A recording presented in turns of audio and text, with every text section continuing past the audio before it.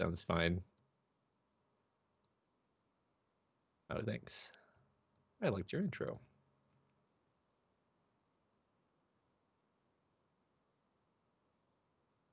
Yeah. And we're live. Right? Hold I on, don't let me know. check. I don't know yet. Gotta check. Yeah, we're live. Hello, everybody. Matt is doing some nonsense on his computer right now. Everything is nonsense. It just looks so bad, man. I really need those lights. Yeah. It looked better, and then you moved it again.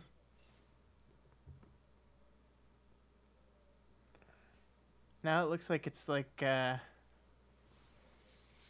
too low. Oh, The, it's just that one picture. the problem is that the problem is actually that it adjusts too quickly. It adjusts to the new lighting and then it looks worse again. So whatever. Oh, I see. This is like 4 people are gonna watch this. No, it's usually like 10 Okay, or you're right. 15. You're right. There are 4 currently, but I read something that when you're streaming, you're never supposed to look at how many people are watching your stream because you're always supposed to assume that you're streaming for 50,000 people. That makes sense. So that's bad. There's 50,000 people watching you right Oh, now. dear God, how embarrassing.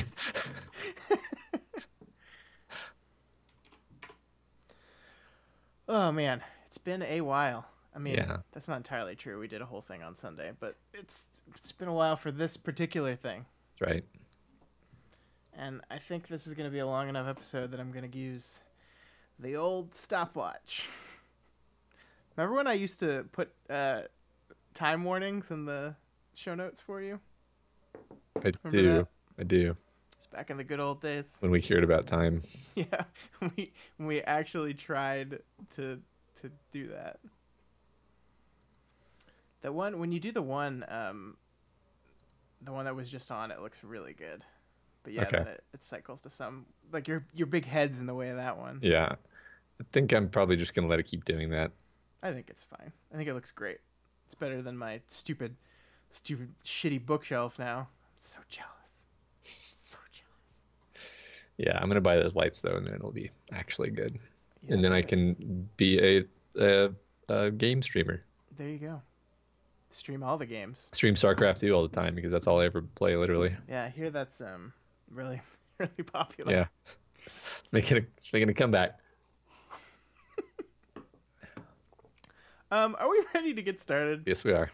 I feel very goofy tonight. This is Me, going to be an interesting. me, It's me- not like there's anything incredibly emotional in this episode or anything. no, nothing like that. Actually, I need to take a comfort break, Okay. as they call it. Who calls it that? Nobody calls it that. Now I'm just alone, awkwardly sitting here without a green screen behind me. How's everybody doing today? Is everyone having a good week? It's been a while since I've talked to you like this situation.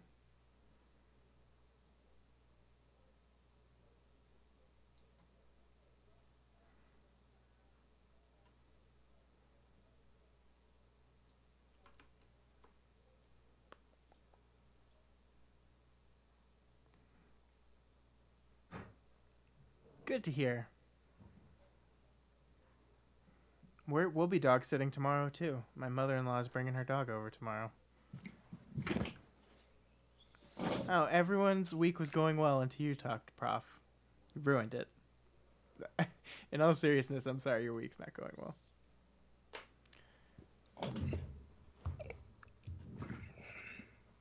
I like the new username. I like it Yeah, a lot. yeah, me too.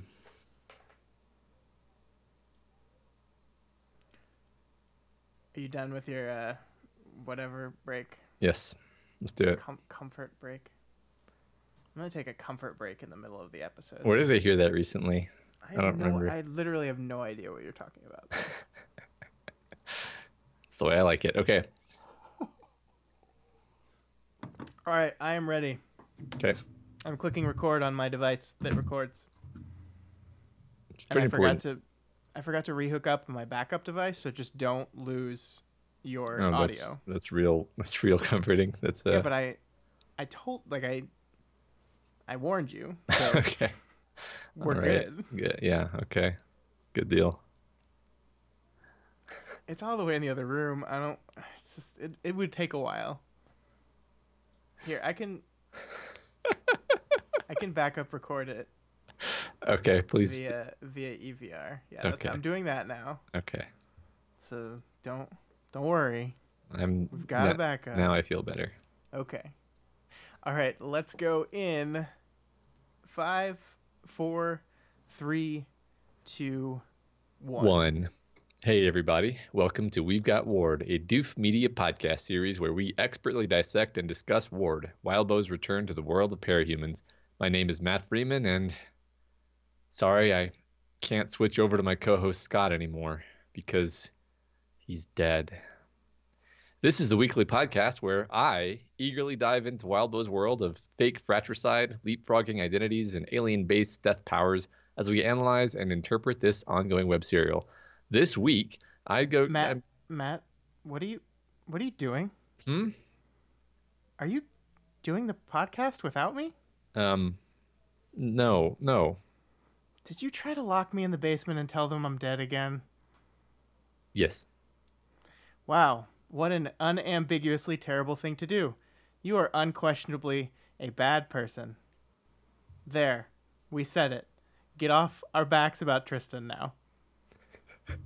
Matt, this week we are covering 4 chapters, 9.9, 9.y, 9.10, and 9.11. We took a week off. We're back, and we've got a lot to talk about. Yeah. One of, I think, the big unifying beats or threads of these 4 chapters is kind of this push and pull between surviving today and the consequences for tomorrow. Victoria and company are trying to help defeat Teacher, all the while being aware of this goddess problem. Victoria is desperately latching onto coping mechanisms that may or may not affect her in the long run. And as for Tristan, well, he's completely unable to think about the long term, and he makes a choice, a horrible choice that, as we said, is unquestionably, unambiguously bad. Matt, how were these 4 chapters for you? These were great. I don't know. I just they were fun. They were heart-wrenching. You feel a lot of satisfaction in things coming to a head for Victoria. There's a lot of thematic things that are happening that are resonating across the chapters, even not only within the Victoria chapters, but between the Victoria and the Capricorn chapters. There's just some really great psychology going on across the board, it's becoming one of my favorite things to talk about with Ward, which I suppose is not surprising because this is a story about people who are in a therapy group. But just like the psychological depth and complexity, I just cannot get enough of that. Yeah, and we have in our protagonist a person that's very aware of psychology, and she's been through a lot of therapy. So she's very kind of conscious of the fact that she's employing coping mechanisms and searching out different paths through her mind to be able to survive. And it's kind of fascinating watching her process of doing that as she goes. I say this all the time. Victoria as a protagonist, I think, is just infinitely fascinating to me. Yeah, me too. Yeah, I really enjoyed these chapters too.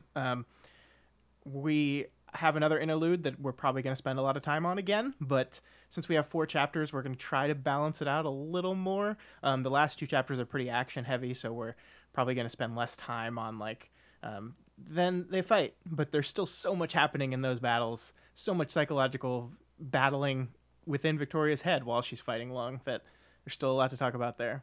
Yeah, absolutely. I mean, the last chapter we're going to talk about today, for example, as I was writing the synopsis, I was like, oh yeah, this is it's going to be easy, and it's like, nope. it's detailed, it's complicated. There's much more going on than punching and flying. Yeah. All right, so let's get to it. Yeah, so some announcements first. So yeah, the Halloween contest. We need entries in by November 1st. Yeah, it is October now, so it's coming right around the corner. End of this month will be here before we know it. Yeah. So everybody get to work on your Parahumans contests because presumably that's what everyone's going to be doing. Yeah. So all right. What are you wearing, Matt? I don't know. I haven't decided yet. As always, the link to the rules and the submission guidelines and all that will be in the show notes. So click on that if you want to find out more about it. We're really excited. I can't wait to see what you guys wear. Yeah, I'm gonna be the sleeper. Just decided. And, yeah, that's fair. You have to take selflesses too. That's the new rule that I've made up right now. You have to take a selfless. Yes, absolutely. That has to be included. Yeah.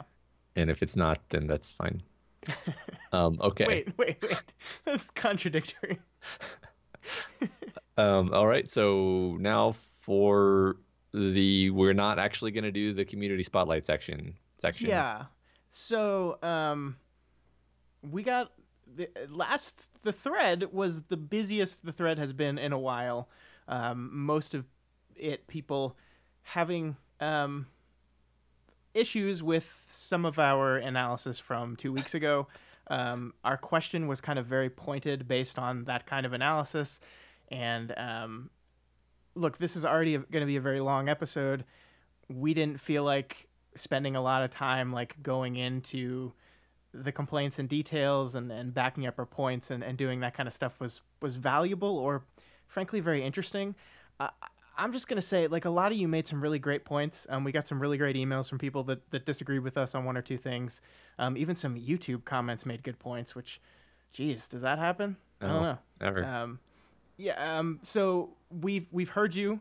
We appreciate your points. Matt, just in general, real quick, what is your, quick response to that discussion question, which was, man, I don't even remember it anymore.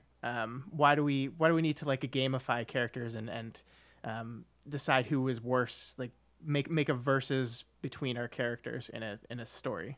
I think people just automatically identify with a character, or they view a character as an antagonist, one or the other, and you then begin to undertake a process of coming up with reasons why the character is a good person who's on your side. The same circuitry that you enlist when you're trying to justify the actions of an ally in real life.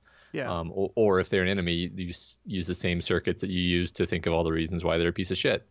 And that's not a level on which I really enjoyed analyzing fiction. It would be a complete lie to say that I never read fiction that way, because I absolutely incapable of getting into the movie or the book and being like, fuck yeah, when the hero does an awesome thing, and not I don't always sit back from the media and analyze it with a snifter of cognac. It's that's just if we're going to be having a long conversation about it, I want to get into the complexity of what the author is trying to say, what can be read into the interestingness of the interactions, and that's, I don't know. I think we're that's what we're aiming for. Yeah, I find no analytical value in the phrase Tristan is worse than Byron. I'm much more interested in, okay, if Tristan makes this terrible choice, as he does at the end of this, what is the book saying about that? What is the book saying about their situation? How did they get to the place where Tristan is going to make this choice? And how did it happen? And what does it mean? And I just to me, I understand it is very human and natural to want to say, I'm on this person's side, I'm team X, or I'm team Y. But yeah, I completely agree with you that in our role as trying to analyze it, I don't want to take sides. And a lot of people thought we were taking Tristan's side, and I didn't feel that I was doing that at all. And I'm sorry if that's the way it came off. I was just trying to show where I think the text is pointing out ways in which Tristan's behavior is not altogether appropriate. Yeah. And just to kind of modify something you said, I actually think it was the minority of people who took issue with our approach. I think it was just it's always interesting when people feel personally attacked because we criticize something about a character that they identify with, and I understand that. Yeah. But I guess I would just urge, if you feel like we're personally attacking you, we're just not. Like Yeah. that's not our intent. Um, we're pointing out like common foibles in humanity that we feel are being indicated by this book. And um, And that's not to say we're going to be right 100% of the time. We're not. Um, we're, we spend a lot of time analyzing this, and I think we're fairly good at it, but we mess up. If I go back and listen to that episode and say that maybe I leaned a little bit too heavily, um, sorry, but I don't think it was ever our intention to construct a world in which Tristan is the angel boy and Byron is the terrible, horrible devil boy. no, no, Yeah. yeah, So that's all we're gonna say about that. yep, That's the most level of addressing we're gonna do. We appreciate all your feedback as always. Keep it up. Never feel like you can't send us that feedback. But you know, be charitable. yeah. Be charitable, guys. Come on. All right, let's get into it. All right. We open chapter 9.9 with Breakthrough entering the prison dimension. Capricorn Orange and Antares cover Goddess's entry into the complex. Goddess attunes her power to make her immune to Victoria's aura. Yeah, and as we mentioned at the start of the episode, the common thread I saw in these chapters was this idea of today, surviving today versus dealing with tomorrow. And all the chapters are full of this, but I think this moment here, right at the beginning, kind of starts to cement that. We have Vicky's aura, one of her most powerful tools, basically being removed from the board by Goddess, and there's a little bit of, what does that mean for any future conflict between the two of them? And then there's this, like, to reinforce that, there's this beat right here after that where Victoria says, I could tell myself that for right now we would go after the one threat we felt unambiguous about. But thought and feeling both told me that I would feel just as wrong about betraying Goddess later on. So again, this is this like theme of the chapters that we're like, we can get through today, we can get through now, but we got a tomorrow problem looming. Yeah, that's a good point. I love how much we're learning about Goddess in the background, kind of almost in like a passive offhand way where rarely is it the focus, but everything she does is, you know, sort of carefully chosen to say a certain thing about her. Like, for example, the choice of her choosing to attune herself to Victoria's power. It's like it's not actually hurting her. It might be distracting her. It's unpleasant. The main thing is it's unpleasant, and she doesn't want to feel anything bad. So she like stops in the middle of the fight to make sure that she's immune to Victoria's aura. Yeah. And then like the next thing she does is like, or not the next thing, but like within that scene, she's like, she says, "Deal with it," she said, without stepping forward. And then Victoria's like thought response is she'd have her reasons. So I just like the consistent minor touches of Goddess being a cowardly, dumb piece of shit, and and then the compulsion like smoothing over her behavior in Vicky's head. Yeah, I'm really glad you pulled this out because Wildbow is doing a lot of subtle stuff with Goddess, and it kind of by its nature has to be subtle because our point of view character is someone who holds her up as the highest authority, the best person. I think this chapter starts out with her saying, "My authority figure that I usually lean on when I'm in times of confusion and uncertainty just punched a hole in a wall." But so we can't like directly paint Goddess as this cowardly, selfish piece of shit that she is. We have to like kind of do it subtly and then have Victoria kind of explain it away as soon as possible, which like if that only happened once you might just kind of miss it, but it happens multiple times throughout these chapters. Again and again there's moments where Goddess makes decisions or does things that on the surface you're like, well, wait a minute, and then Victoria says, no, don't worry about that, it's totally fine. Yeah, I think we'll pick out a couple more of those. Yeah. So speaking of, you know, Victoria's perceptions of things, the inner monologue is conveying her complete discombobulation at the start of this chapter. Yeah. She's still reeling from the confrontation and the almost squashing of Amy. She's severely on edge due to trying to skirt the compulsion. And in her words, I felt less like a cape than I had on my first night out in costume. Yeah, this is probably the most important thing going on right now is Victoria's complete kind of breakdown in her head. She's a mess, and we get this little mini 3-beat where Victoria is reminding herself, like she's getting distracted and like yelling at herself to focus. One of the times it almost gets her hurt because she like extends a burnt arm for Sveta to grab onto, and it was just not the arm she should have used, and she's chastising herself for her lack of focus, and it only really gets worse from here. And the thing that really sucks about this, Matt, is that like even as Victoria like scrambles for coping mechanisms and moves from identity to find one that can be effective and survive this fight, like we have to recognize the fact that she has very little choice in this matter. Like I don't think the right answer here is, Victoria, you need to get out of this situation. Like she can't, like both because of Goddess's compulsion and just because like her duties to her teammates and her friends and her sense of duty to the world. She can't. So, I mean, I'm not going to sit here and chastise her for using coping mechanisms when, like, what is the other choice, just to roll up in a ball and get killed in this prison? Right. I feel like this arc has actually just been a sequence of layering on the pressures on her. Yeah. And putting her in situations where she can't employ her normal. Well, I mean, we've identified before that she tends to deal with situations where she's having a rough time by literally flying away. Right. And she can't. She was confronted with Amy in a situation where she can't get away from Amy. She's now being forced into battle in a mental frame where she really shouldn't be fighting. Yeah. And this shows us how she responds when she's just basically has so much pressure put on her that it's either change or die, I think. Yeah.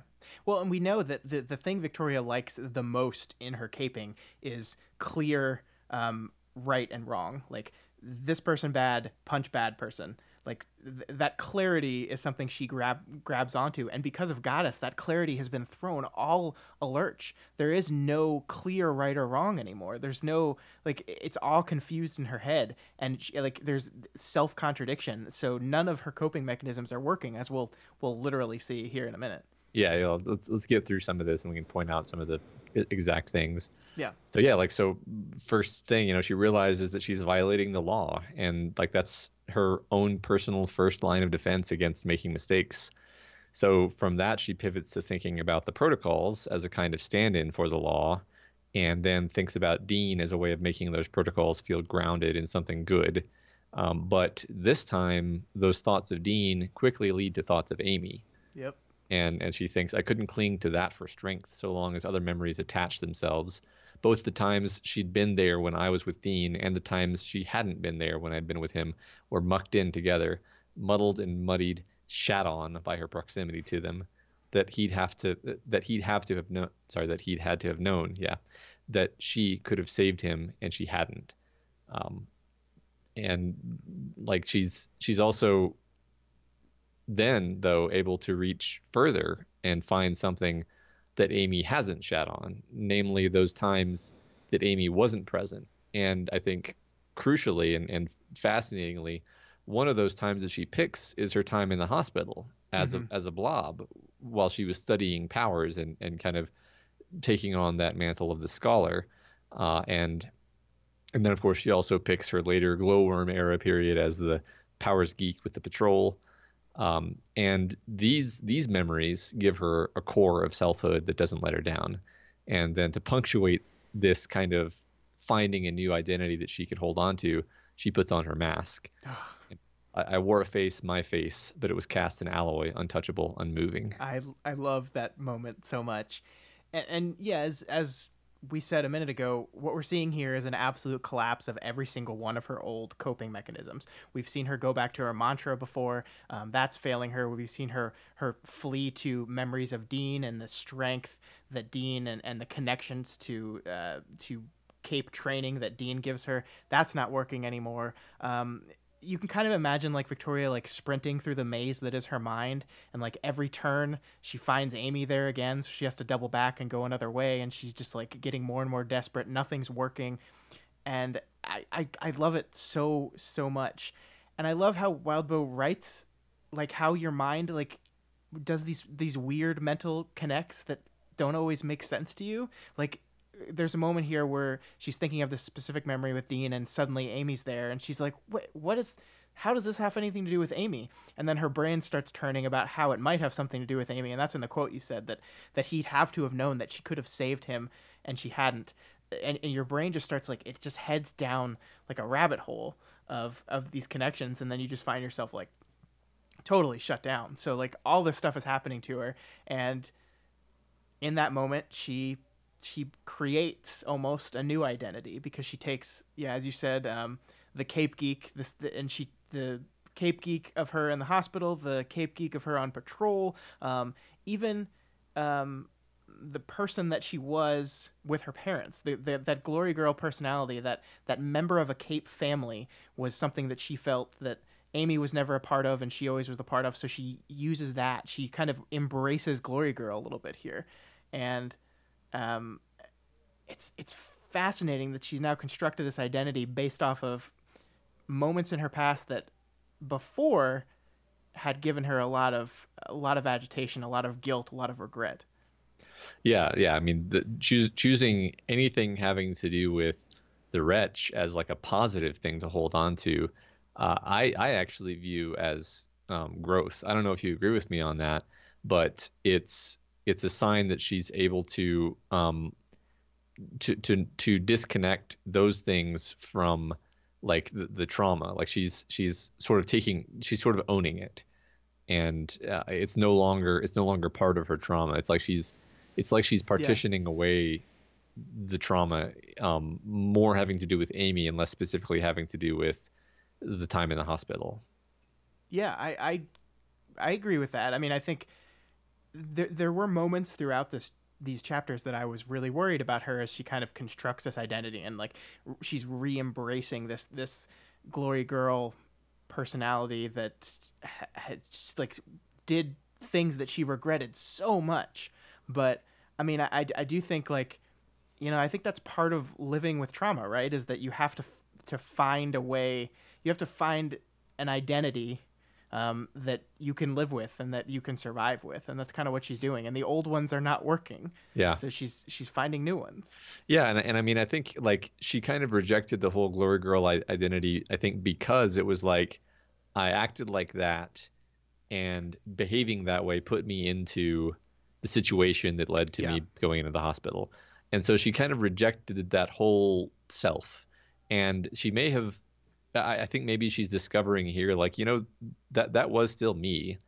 And maybe she's deciding, like, I don't want to throw away that whole self, that whole way of viewing myself. I can maybe use it when I need to use it, and then layer that in with other aspects of myself, like the warrior monk. And like, this is the stuff that I love and that I think of as being like the psychologically realistic awesomeness of these chapters. Well, and the thing I love is that this is very clearly set up to an amazing payoff at the end of our section this week on chapter 911, where she takes these disparate personalities and kind of combines them. Yeah, absolutely. But yeah, I mean, obviously we're both excited to talk about that because we just jumped ahead 4 chapters. But like it's threaded throughout this whole thing. So we'll move on and we'll kind of hit upon it as we get to it. So so they make their way into the open, and Goddess creates a fortification of dirt, then uses her danger sense to glean a lot of information about the disposition of the defenses. She first identifies the location of a sniper and uses her TK to take out most of the building that he's in. Yeah, and I think the team has a pretty immediate reaction to this. Of course, we know Victoria's because she's kind of sensing that something's not going on, but we see Sveta here for the first time, maybe like questioning or pushing back on Goddess. She says, you hurt the guards? And of course, Kenzie replies, maybe they were bad people, right? And it seems like as this battle is escalating, we're more pushing against the limitation of Goddess's power here, that these people will only do what they're capable of, and she's beginning to ask them to do things and behave in ways that contradict with their basic set of morals and what they believe is right and wrong. And I love that there's this built-in limitation to this power. This thing that seems so strong and so like utterly defeating has serious limitations to it. Yeah. I mean, I love Sveta's reaction, especially in contrast to how she was behaving before, because one of her major hangups is like betrayal and a feeling like people are talking behind her back, Yeah. on her own team, and that's what she felt was happening before. So she was like doubling down on the goddess, the go goddess stuff there. But now it's like, oh well, hurting people is her absolute like red Yeah. line. Like that's unacceptable to Sveta. That's because I mean that's like the main thing about her character. So Yeah. I mean more than any of the other breakthrough members. So that was it makes a lot of sense that she would have a hang up here. Absolutely. So then Antares pushes back against Goddess's plan to go building to building and round up people. And she explains that she's trying to serve better by not being a yes man, which is basically a lie. But it's the kind of lie that the compulsion will kind of work with and not just like make her freeze up. Uh, Loopholes. and then we get this gem regarding Cryptid. He came to me with a form prepared to counter me. And that is, as far as I detected, only one of 3 levels of deception that boy was putting into practice.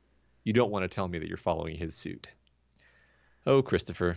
Yeah, I this is a great confirmation of something that I think a few of our listeners theorized, that he prepared a form that was resistant to that. So that's great to see. And yeah, I mean, like, 3 levels of deception. Like, I cannot wait to find out what this kid's deal is. I'm ready. I'm ready for the Chris arc, Matt. Yes, I'm so absolutely. ready. Like, as much as I love everything that's happening right now, I'm so ready for it.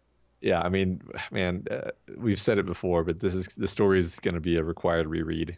Yeah. Oh, absolutely. Like, I mean, there's even stuff with that we learn via Tristan here that I think requires you to kind of reapproach his scenes, as I think one of our listeners said. And Kenzie did the same thing. So I'm sure every interaction with Chris, once we learn his deal, is going to be enhanced on I a agree. reread. So yeah, anyway, Antares successfully convinces her goddess to not just immediately start corralling mind slaves, because the assistant warden is watching everything with his finger on the bomb button. Yeah, I love kind of how this is expressed too, because Victoria is like in full like glory girl embracement mode, like the what she's calling the scholar, and so she's in this moment, and it's an identity that she's kind of pulled together from her time on patrol, her time on the hospital, her early memories with her parents, and all that stuff. So based on all this self, when she confronts Goddess, she's pulling memories from that self. Like, I think it's fascinating that she's built this identity, and then is immediately able to access memories that align with that identity to use in her argument. That's how she kind of decides to confront Goddess about this, by remembering a time when her and her parents had an argument, and they talked to her like she was a person equal to them, and that's kind of what she uses to frame this argument. I love that, like, that so fits into her point of view, her mind right now, because she's made this, like, I think normally we would be very surprised to see Victoria go back to a memory of her parents for strength. But she's doing that here because that's based on the personality she's created. Yeah, that's a really good point, and I think the chapter kind of starts with her comparing Goddess to like a mother figure, Right. Indirectly, and now she's putting herself in a position of like a mother and father figure treating her as an equal, and so yeah, it makes a lot of sense that she would go there. Yeah. I like this bit where Goddess asks if Tress can hold a knife at somebody's throat, and she sees that she's not capable, and then Lookout is like, "Ooh, pick me." Okay, it's really bad, but I kind of want to see Lookout try to do that. I think it would be really funny. Yeah, I mean, she'd probably be pretty scarily good at it, actually. Yeah, but this is again what we were just talking about. There are built-in limitations to Goddess's power. She cannot. She's supposed to be this like super powerful world-conquering person, but she cannot just like walk into this prison and make people do whatever she wants. She has to be a little more strategic about it.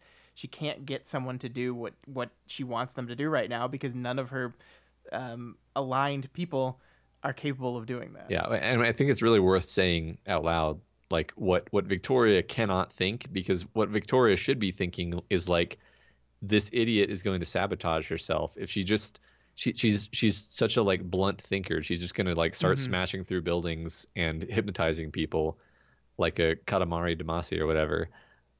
That's not the approach here. Like there are strategic reasons why we need to be cautious, Yeah. and Goddess doesn't realize this, and Victoria kind of has to like like bend over backwards to communicate it in a way that her ego will accept. Yeah, Goddess is dumb, yo. Yeah. She's not like it's kind of fascinating, and I think as we learn more about her as we go, we're gonna see why this is. But if you can imagine someone super young getting so powerful that they can get someone else to do everything for them, that they would just never feel the need to learn any of these things, and I think that's kind of what we see in Goddess. Yeah. Yeah. Yeah. So the group. Yeah. So anyway, Goddess then tells them to gather together all the members of Breakthrough and the undercover Foresight members, because that's basically what Victoria kind of advocates for. Yep. And so the group splits up, with Goddess taking Natalie and Lookout, while Antares peels off with Tress and Capricorn. So, small, completely unanalytical side note, but something I just wanted to bring up. How fucking scary would it be to be Natalie right now? Mm-hmm. You're in a war zone. You don't have any powers. You know everyone around you is mind controlled, but you're not. And you're basically powerless to stop any of it. Like, I know Victoria's having a really bad day, but Jesus, like being Natalie right now, I can't. Yeah, no, you're right. I mean, I'm glad you actually mentioned that, because it's like it actually forces you to think about like what we know Natalie pretty well. We've been in her head, and yeah. So yeah, this gives those members of Breakthrough the opportunity to bring up the Master Stranger protocols with Sveta, who of course hasn't actually heard of them because of her background, or at least doesn't know them very well. And then Capricorn pulls out all the stops of manipulativeness, telling her that if Weld were here, then Weld would be on his side. Yeah, it's like I think Sveta describes it as the most manipulative shit Capricorn, which it is absolutely the most manipulative shit Capricorn, but it has a certain logic to it. And this brings me to a question that I think I'm going to pose a lot throughout the next chapter, which is how much of Tristan's tendency to manipulate situations is him doing it consciously. I mean, there are certainly moments in that chapter that he does do it consciously. I think the choice made at the end of the chapter is conscious manipulation, but how much of them are they? Like, is he aware here that he's being super manipulative, or is he just like thinking the things that pop into his head? I don't know. He's just like, how do I achieve the goal here? Right. And I think that's the thing about Tristan that we're going to get into, is that he gets the tunnel vision, he gets the like eyes on the prize mentality, right? And it becomes really easy to justify anything that serves his goal. Sure. And he doesn't step back from it and think about like, is this actually shitty? Yeah. So a bunch of prison guards shoot at our heroes, and the basically everybody takes a bullet, but luckily they all have their own form of durability, even if it's just Tristan's heavy armor. And then they get to cover as the sun sets. So did you think there was a chance that any of them were actually hit and like possibly really mortally wounded? And for just like a quick beat, did you think that? I had actually a suspicion that Capricorn was actually shot, and like the blood dripping from his glove later was like actually his blood, and he was just kind of like playing it off. But I don't think that's the case. It could be. Like I'm not willing to completely rule that out, but I think the blood is symbolic of something very specific, and that would kind of ruin that. Right. It would be a fun like twist, but also it would be like, well, that doesn't quite work symbolically anymore. But yeah. Mm-hmm. So yeah, I actually did think that maybe Tristan had been shot. So yeah, Breakthrough attacks these guards, going for a non-lethal approach despite the live fire being directed against them. They quickly find that some of the guards are teacher thralls with enhanced combat abilities. The martial artist woman gets fairly thrashed by Sveta and the Wretch, and Capricorn beats the shit out of the sniper. Crystal Clear and Rain then join the others on the ground. Yeah, and the Capricorn beating the shit out of the sniper is the standout moment here. Just the way he does it, the kind of mindlessness of it. I think this comes into importance in the next Victoria chapter for sure, as she kind of confronts him on this. But I think we are kind of subtly laying some groundwork for the chapter to come, for the interlude in which Tristan, as you said, gets tunnel vision, loses himself a little bit, gets desperate, and takes things too far and makes bad choices. We're going to see what other bad choices he can make when he takes things too far. Yep. Can't wait. So I like this bit here where she's thinking, but that hurt was almost welcome. Hurt was part and parcel of wearing the costume, being in that zone of being a cape. It was me not being Victoria for just a little while. A different headspace, one of two safe refuges. And looking at my phone, I could see that I might need to tap the other, the Powers Scholar. So, like, we've been talking about it up to this point, but like for me, this was a moment where it's not just happening in her head; she's thinking about it explicitly. This idea of moving between identities, Yeah. like thinking about the different identities that she has, and consciously taking refuge in different identities rather than sort of doing it automatically. Yeah, just like out of a desperate attempt to not completely lose it. Yeah. It is very aware, right? You have to have a very strong like awareness of yourself to be able to do stuff like this. Um, and I think it's really fascinating, and this only increases more as she like that's why I think the end of 9/11 works so well, because like she's just like swapping in between them like as fast as Tristan and Byron were swapping, you know? Yeah. I mean, I definitely love that connection of we have these. The interlude is guys who Yeah. literally swap identities, in the same body, of course, and here she's swapping identities to literally leverage the different powers of those identities. They're not Yeah. superpowers, but they're affinities or abilities. Yeah. It was at this moment that I started getting a little worried, though. I mean, like, the I think this is a fantastic coping mechanism, and it seems to be working really well. But again, we have to think about, okay, what happens next? What about tomorrow? You're doing this now. Is this throwing your worldview off so much that when the dust clears, are you going to be a wreck? And I think later chapters will kind of show that maybe it's a lot more positive than I felt in this moment. But right now, it's like I'm worried for Victoria. Yeah. I think this is going to be one of those classic disagreements between us where we actually end up not disagreeing. But yeah, because I don't actually remember how exactly I felt the first time I read this, but on the whole, I felt that this is growth actually. Like this is not. I mean, it's bad that she's in this situation, but I feel like the way she's handling the situation demonstrates growth. Yeah, we'll get to that for Yeah. sure. All right. So, and Terry's checks her phone and notes that Blindside and Kingdom Come are entering the complex, accompanied by our favorite monster, Lung. Oh, good. I missed him so much. And the chapter ends with, "We can do this," Capricorn said, with a courage and conviction that I 100% did not believe rang true after seeing his hand shake like that. He looked back at the guards that had backed off after hearing about the moles, as if for validation. "We've got this." And then chapter 9.y opens. "We can do this," Tristan said. Yeah, it's a really wonderful connecting beat between the two chapters, and I think it gets you into the mindset um, of Tristan almost immediately, because like in the Victoria chapter, he was bullshitting. Like he with courage and conviction that I 100% did not believe rang true. And then we cut to the past. Is he bullshitting this courage and conviction as well? How much of Tristan's cockiness is affect, and how much is, you know, honestly what he believes? Yeah, I think it's a huge amount of it is affect or bluster or bravado, Yeah, right? It's yeah. And and and the yeah. the fascinating thing about him, and I'm jumping ahead again, Matt. I guess that's going to be like the theme of this episode. But the fascinating thing about him is, even when you're in his point of view, he very rarely lets down that affect, that bravado. Even in his internal monologue, it's still kind of there. There are moments of weakness that we get to see being in his head, but for the most part, he keeps that up.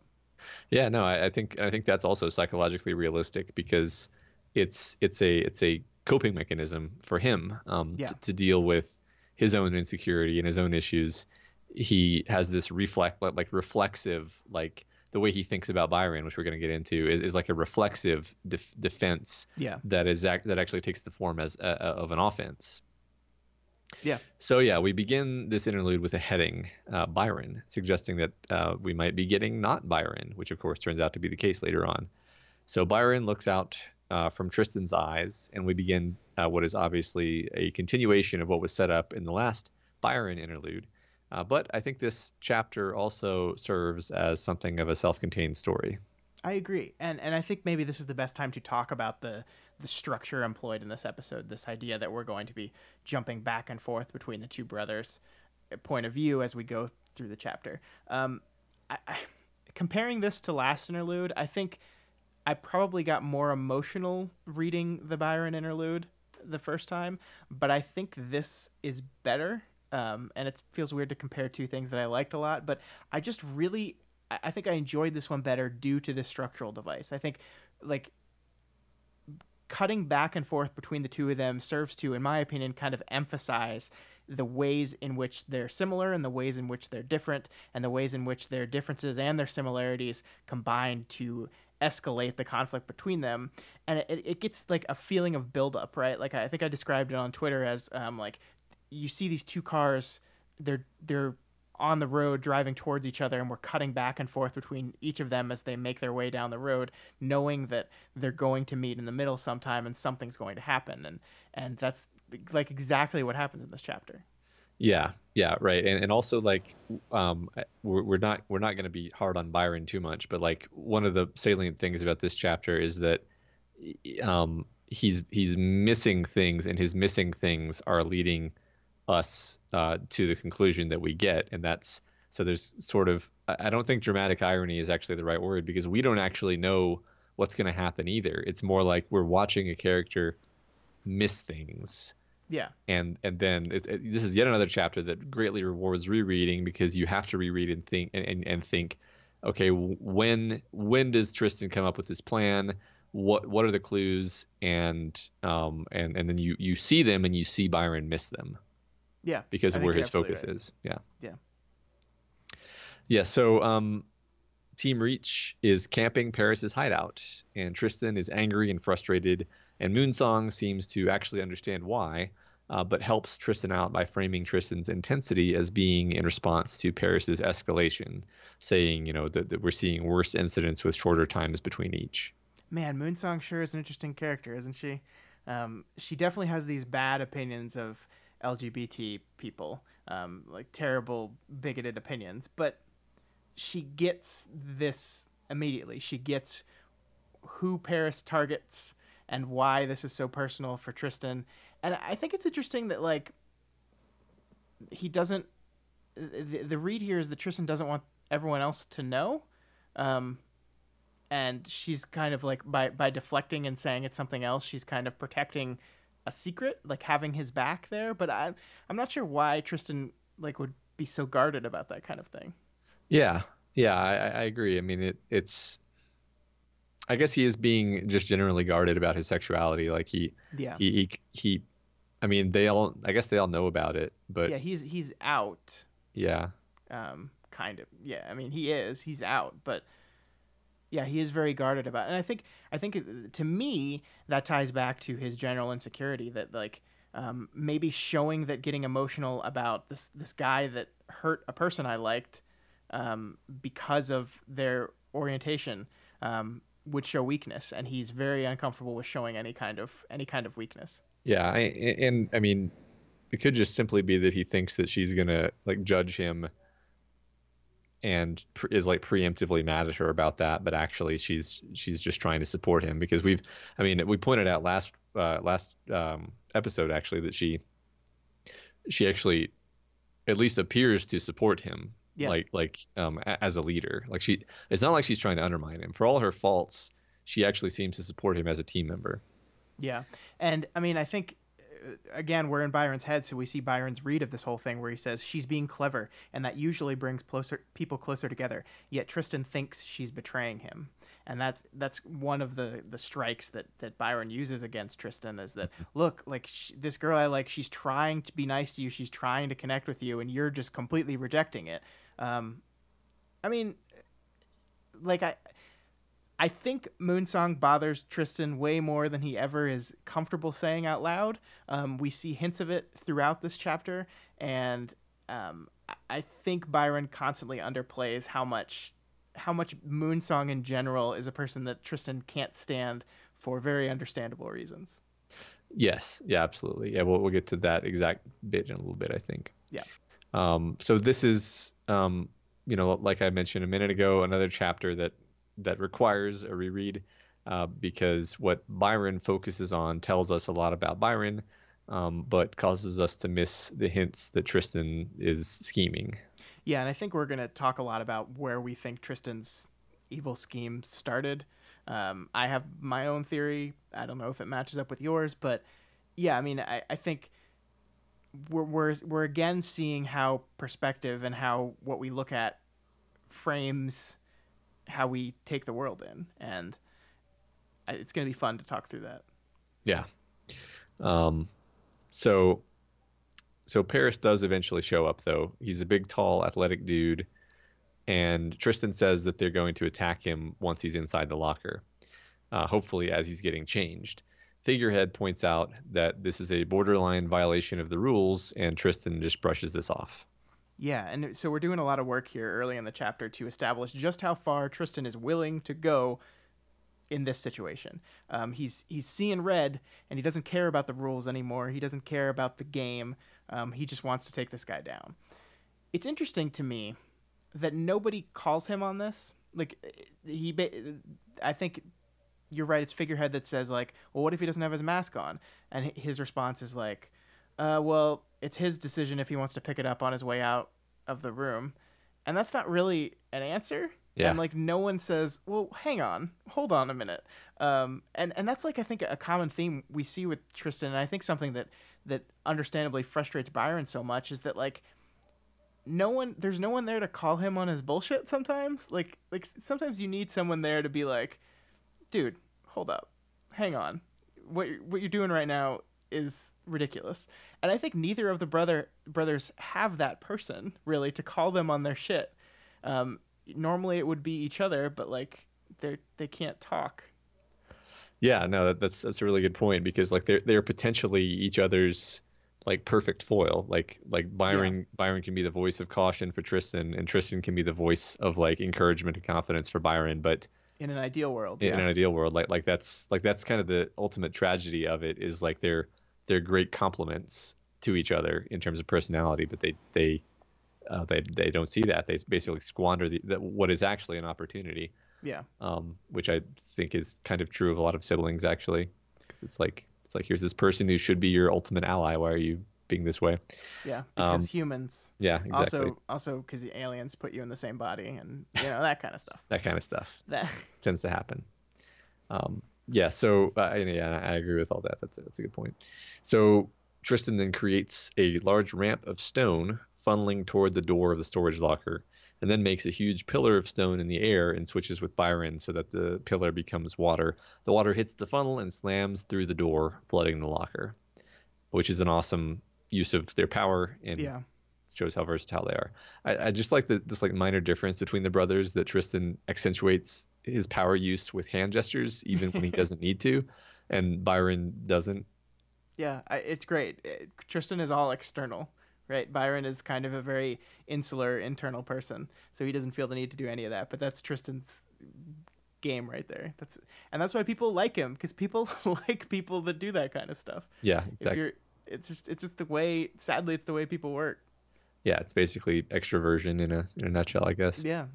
So Byron acknowledges to himself at this point, as the fight starts, that caping around with his brother is the only thing they can do together and both enjoy. Yeah, this is, I think, the most heartbreaking thing about all this, is that for a brief moment here, and especially at the end of the chapter, you can see a hazy future of what this relationship in a repaired, recovered, healthy way could be, right? Them working together, them in tandem, them being teammates, they both enjoy doing this thing, and when they work together, they can do it. But it's just not meant to be. At least now, there are just too many underlying problems. And And I love that how the text accentuates this, because as Byron's describing this, like this, that he loves doing this, that he really enjoys it, that doing it with his brother is like the one thing they have in common. Wildbow cuts those thoughts off and has Tristan sprint away from the rest of the group and leave them all behind. So it's like he's daydreaming about what this could be, and Tristan cuts him off by taking off and leaving everyone. Yeah, and then of course, as we see, not really adequately switching back to Byron like ever in the rest of the fight, as we'll see.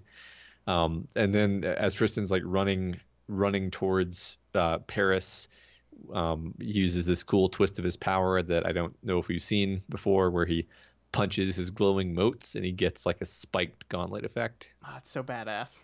Yeah, it's super violent. Yeah, the whole like him like marching toward Paris is so like aggressive and awesome. Yeah. So yeah, as the team ambushes Paris, we see other little tricks of Tristan's, like making small spikes on the ground that Paris steps on, hurting himself. Steam Wheel quickly gets taken out of action due to sucking really bad. Oh, poor Steam Wheel. Steam Wheel doesn't really do anything throughout any of this. In the next fight, they do a lot better, actually. But not in this one. Yeah. And I think we have to point out again that one of the things Tristan is doing, or rather not doing in this section, is working with his teammates at all. He's rarely switching out to Byron. He's not communicating to everyone. And Byron sees this as lack of trust, as selfishness, and he interprets it very, very negatively. And it could be that, for sure. But I think he's gone. Tristan's a shark, and he's gone into his tunnel vision again, and he wants to be the one that takes this guy down, and he's not looking at anything else but the bad guy. Yeah. There's a moment a little bit on when I have like even a different reason for why he might be doing that, which I'm less confident in, but it is interesting to consider. Like anytime Byron says like the reason Tristan's doing this is X, I almost reflexively want to be like, but it could also be Y or Z. So,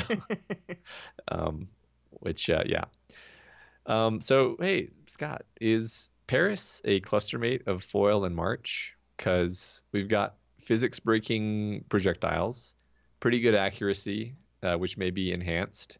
Foil and March probably triggered about 5 years before this fight happens, which, given a few reasonable assumptions. So Paris would be experienced, as Byron says he is. And also he seems to have a big vendetta against LGBT people. Is this a Matt speculation? I mean, it's definitely a Matt speculation. Yeah, it is, I guess. It's a good one, but Matt, I have a question for you. Uh-huh. How do we tie that narratively into the story we're reading? Because that's where the best speculations come from. It's true. I mean, we do have an element of cluster triggers being important in this story via that connection with March, via the connection with Rain and his cluster. So I'm a little bit primed to be looking for connections with clusters. That's not really what you meant by thematically, though. That's more like plot-matically. Well, is Paris dead? Do we know that for sure? I mean, we know Tristan murders, or there's a murder. I don't think we know if Paris is dead or not. Yeah. Okay. So it's a fine speculation, Matt. It's a well-reasoned. We'll see. It's just not a Scott quality speculation, is what you're saying. No, it's definitely not. That's fine. All right. So he's probably just gonna write it in now, just to make you win. No, I don't deserve to win that way, Scott. I want to win clean. Whatever. So during the fight, Tristan ignores Moonsong's injury to focus on Paris, and the text says, in that moment, Byron hated Tristan. Ooh, there's so much venom there. Yeah. And look, I think it's absolutely true that Tristan is selfish as fuck here. And it's probably because he's so selfish and self-absorbed that they lose this fight. But again, I go back to Byron's read on this whole thing is he doesn't trust me. He doesn't switch out because he doesn't trust me. And therefore he chooses not to switch. And I don't think that's completely untrue, because as we switch to Tristan's point of view in a few minutes, his view of his brother is that he's like a weak, incompetent loser that can't do anything right. So I get that, but I do think that this decision to go out all alone was less about a lack of trust and more about being blinded by hate and rage, and it took him over, and that's what happens to Tristan. So I think once again we have brothers like seeing actions and assuming intent behind it, and I think the differing between the action that you observe and the intent behind the action is such an important disconnect in their relationship. Yeah, yeah, definitely. And we'll see that, I think, in the opposite direction when we're in Tristan's mind. Yeah, absolutely. So now the Furcates and Coiffure wade into a pretty brutal melee with Paris, but Paris fights them off really well, almost as if he has some kind of enhanced timing or superhuman sense of angles or Okay, distances. okay, Matt, get off your damn speculation horse. All Let's right. move on. So Paris escapes in a cloud of chaff, and then we get this. He's getting away, Tristan said, and he sounded hollowed out, far from any Tristan Byron had ever witnessed. And this prompts me to wonder, at what point does Tristan conceive of his plan? At what point does this stop really being about catching Paris? Because I believe him here when he says he hates Paris and that was his goal. Yeah, I believe him too.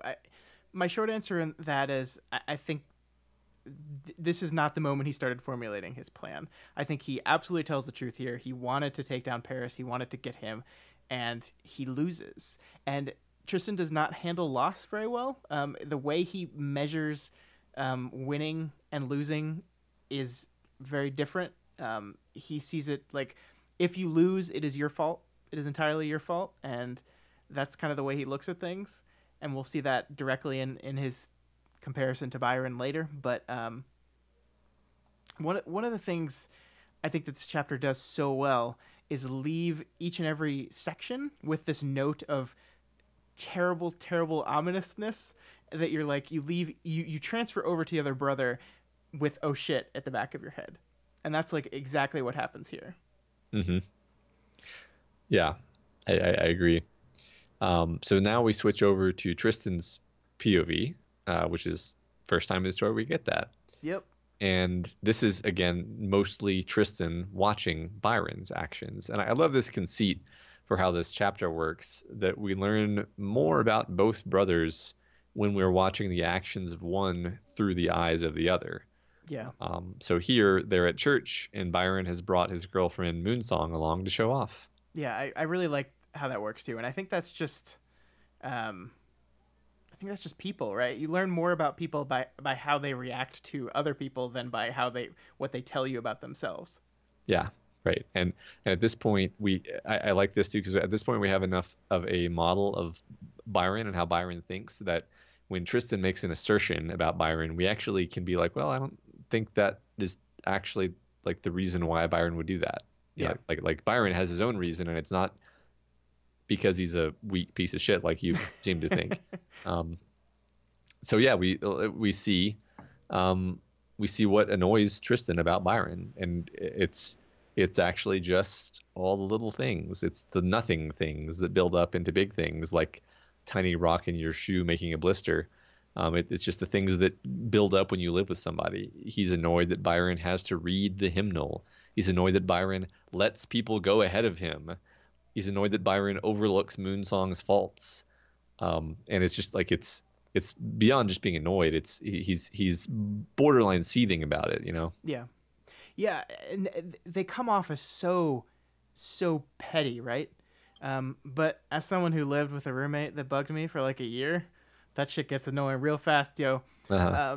But look, I think you're absolutely right that he's still doing the same thing that Byron is doing, is that he's assuming intent behind it. I think the hymnal is the perfect example of this because Tristan tells the story of ever since he could sing and read at the same time, he's played this game, this challenge to see how much he could memorize, seeing how long he could go before he had to check the hymnal. He made a game out of it, and that's a cool game, Tristan. But that doesn't mean that Byron plays that game. That doesn't mean like he doesn't place value in memorizing the lyrics, or maybe he has the lyrics memorized and just likes to read along with them, because there are people that even if you know all the lyrics to the song, sometimes reading along with them in your songbook is an enjoyable thing to do.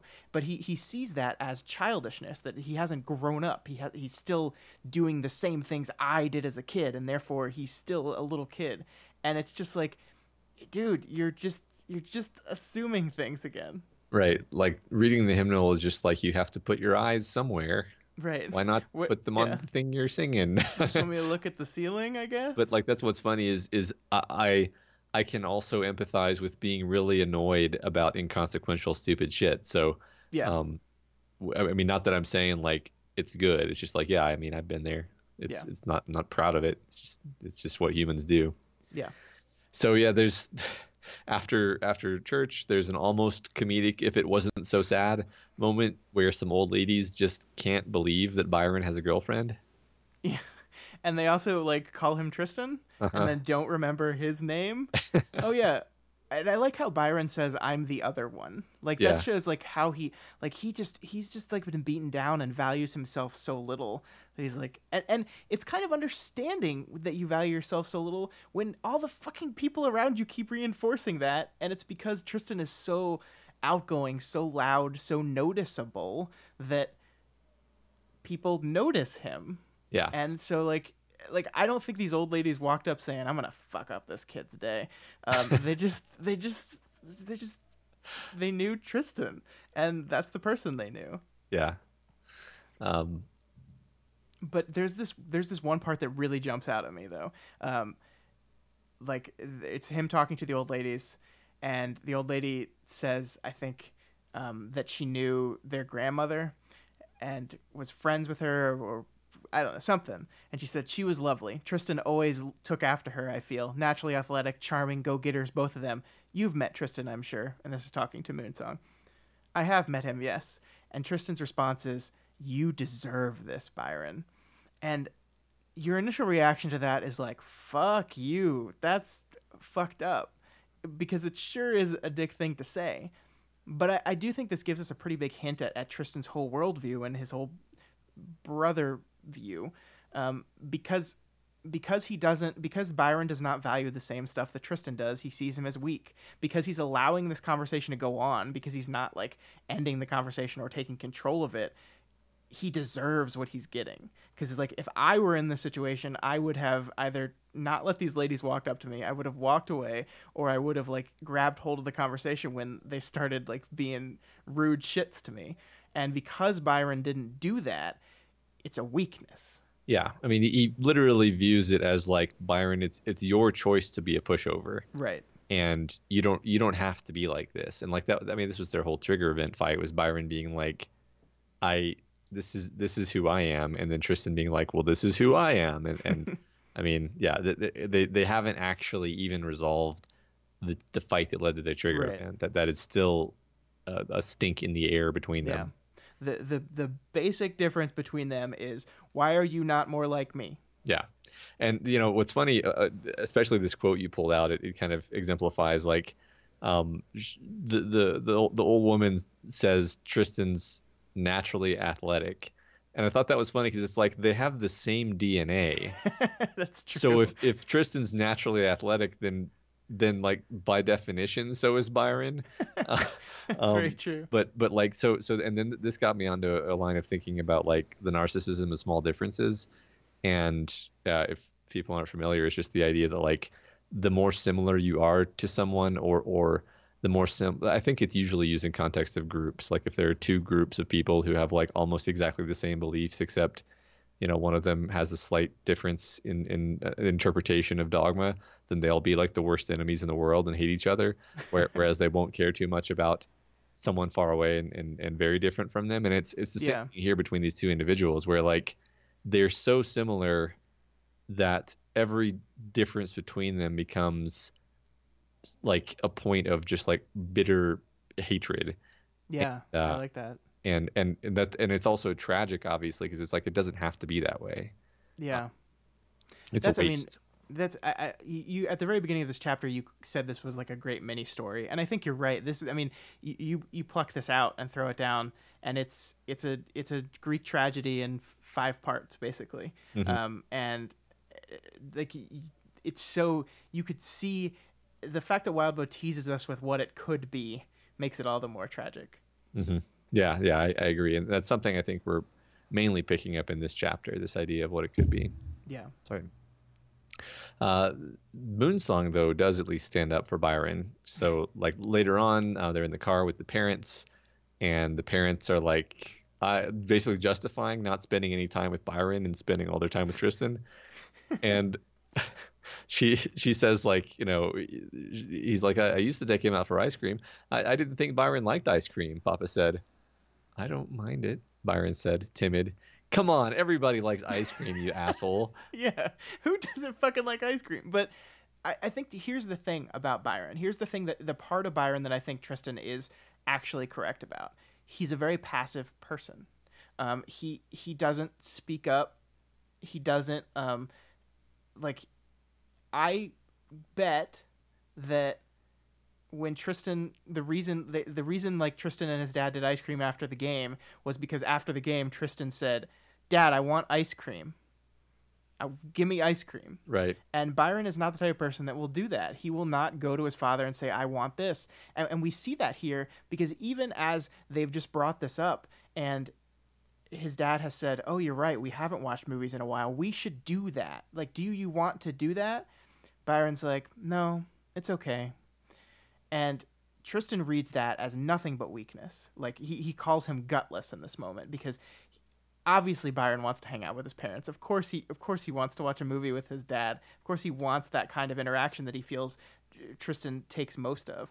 But his personality is not the type where he will actively seek that out. He's a passive person. Like he wants his dad to come to him and say, "Let's do this." He doesn't want to have to ask his dad. And I identify with that a lot because I tend to be that type of person. Like when some of my friendships, like I remember like some days like sitting there on a Friday night being like, "Why aren't my friends texting me?" I was like, "Well, Scott, did you text them?" "No, because I want them to want me around. Why aren't they texting me?" Like, so that's a very relatable thing for me. Yeah, right. And I mean the social dynamics of that scenario and this scenario are basically like he doesn't want his dad to like invite him for ice cream out of like obligation and Right. guilt. He wants Exactly. his Yeah. dad to want to invite him for ice cream. Yeah. And so like it's not because he's gutless that he's saying, No, not at all. no thanks. It's because he's like sad that somebody had to like bring up to his dad that they don't hang out anymore, and then he's like, well, never mind. If you're not just gonna come ask me for it, then it doesn't actually mean anything because Yeah. doesn't mean you want to spend time with me. And the interesting thing is, I think, and this is supposition, I'm not sure, but I think Byron would blame this on Tristan, right? Hmm. Like the reason why his dad is not coming to him to go to the movies or to eat ice cream is because Tristan is taking all his time with his dad, and so he's doing it with him. But at some point, you just got to blame the people that are actually doing the things. I mean, it's like as a parent of these kids, and I know it's a terrible situation that you are no way equipped for. But as the parents of these kids, you have to understand your kids a little bit better and like look out for them. And I feel like his dad is not doing that for Byron, and Byron naturally puts that all on his brother, like who he hates at this point. But come on, Dad, come on. Yeah, right. I mean, there's an interesting fact about families and siblings, which is that like parents will always vehemently deny that they have a favorite child. But the research shows that like if you ask the children in any given unit of siblings who's the favorite child, they'll all agree on who the favorite child is. So like the implication being that parents actually like empirically have favorite children. They just really don't like the idea that they do and will deny it.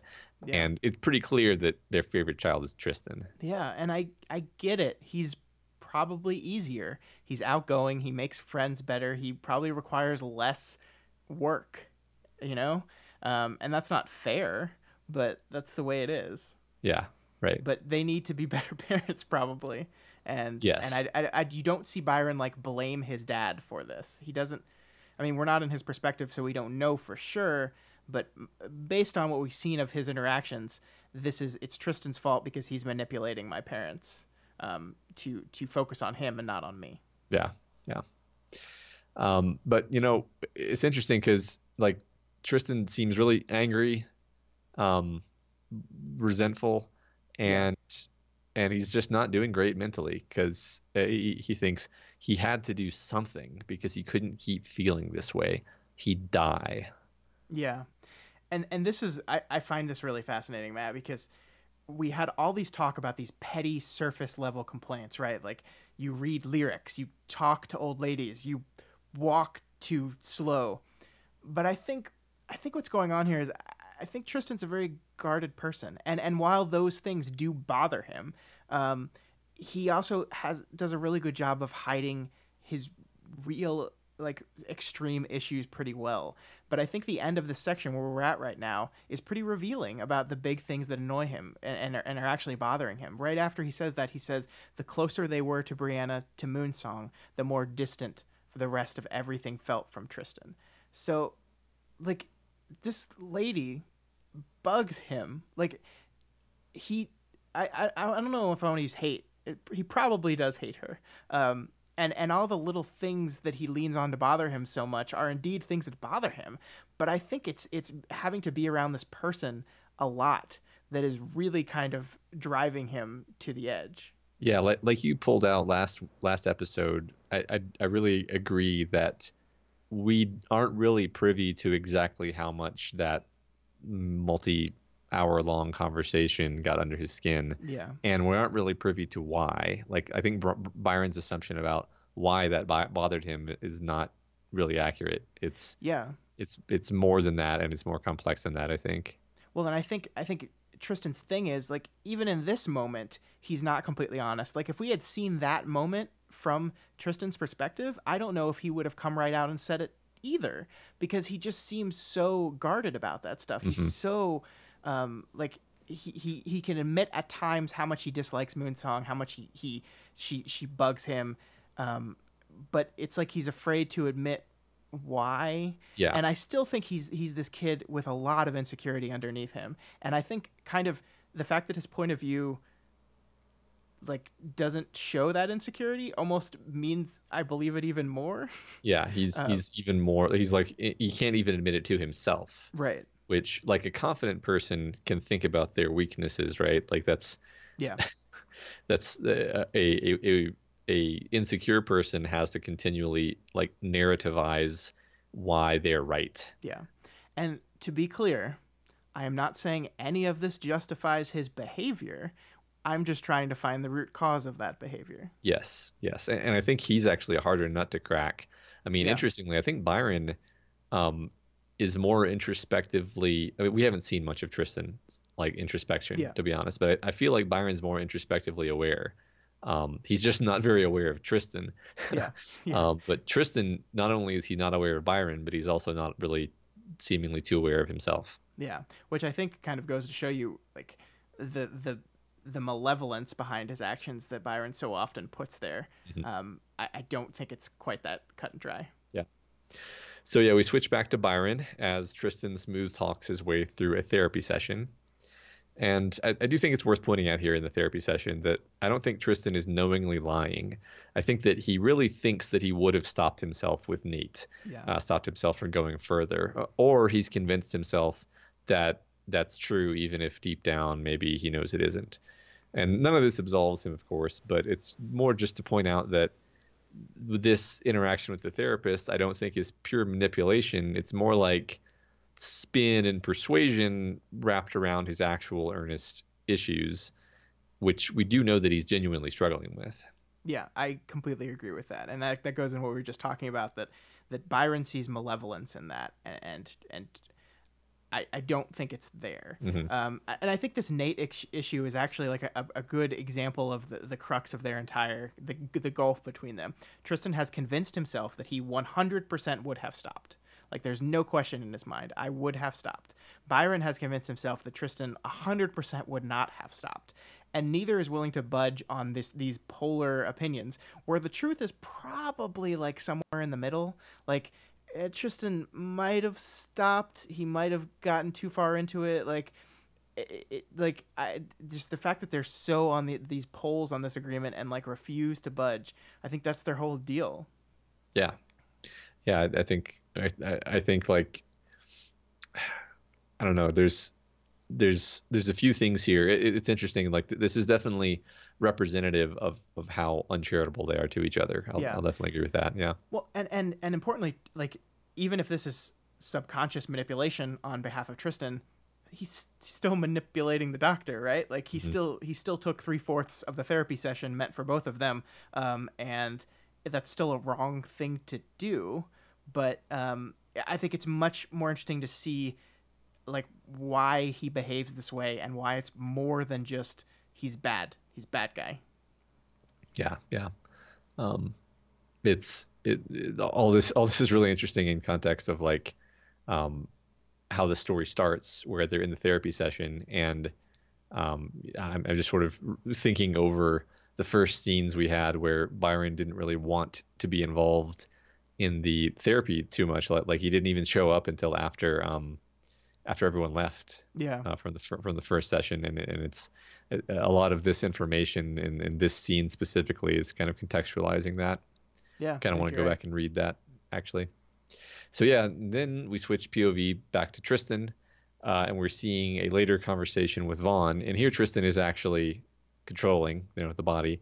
And Tristan apparently went to a party at some time recently and got passed out drunk. And Byron has brought this to Vaughn because he knows the guy will put the kibosh on this.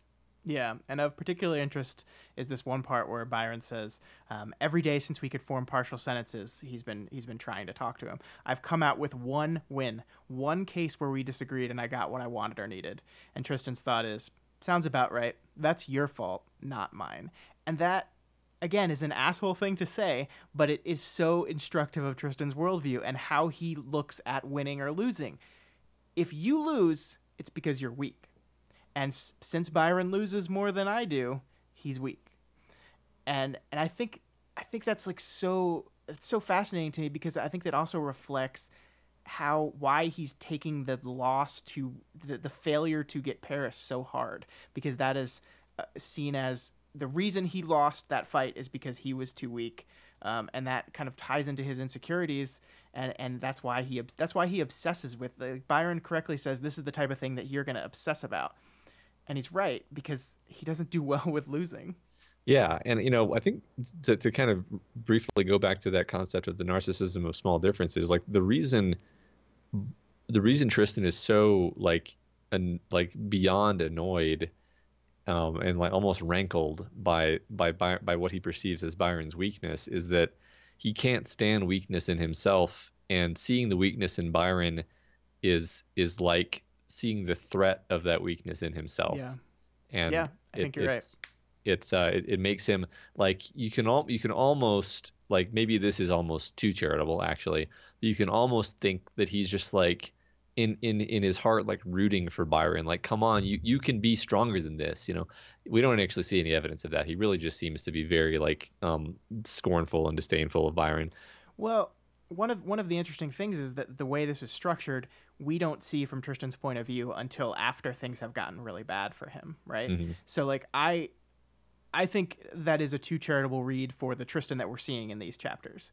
But I wonder if we had seen Tristan from an earlier point of view, whether he would be doing that, whether he would like be, secretly and privately hoping that that his brother is more like him and finds the strength that he has and finds the confidence that he has and acts like him. And yeah, I think that's part of me wishes we got to see that point of view. Like we got to see Byron right before the trigger from his point of view. Part of me wishes we could have gotten to see Tristan in that same scene. But yeah, I was literally thinking about that exact scene, because like I actually still think that Tristan was just speaking his mind when he was saying like you just need to speak up more and be louder. Yeah. It's easy. Yeah. And like he was being dismissive, but also that's what he actually thinks. So it's not like he's just I think he believes it's that easy, but in doing that, you're ignoring that some people just have anxiety in social situations, and that's just the way they are. And like, you can't just tell them,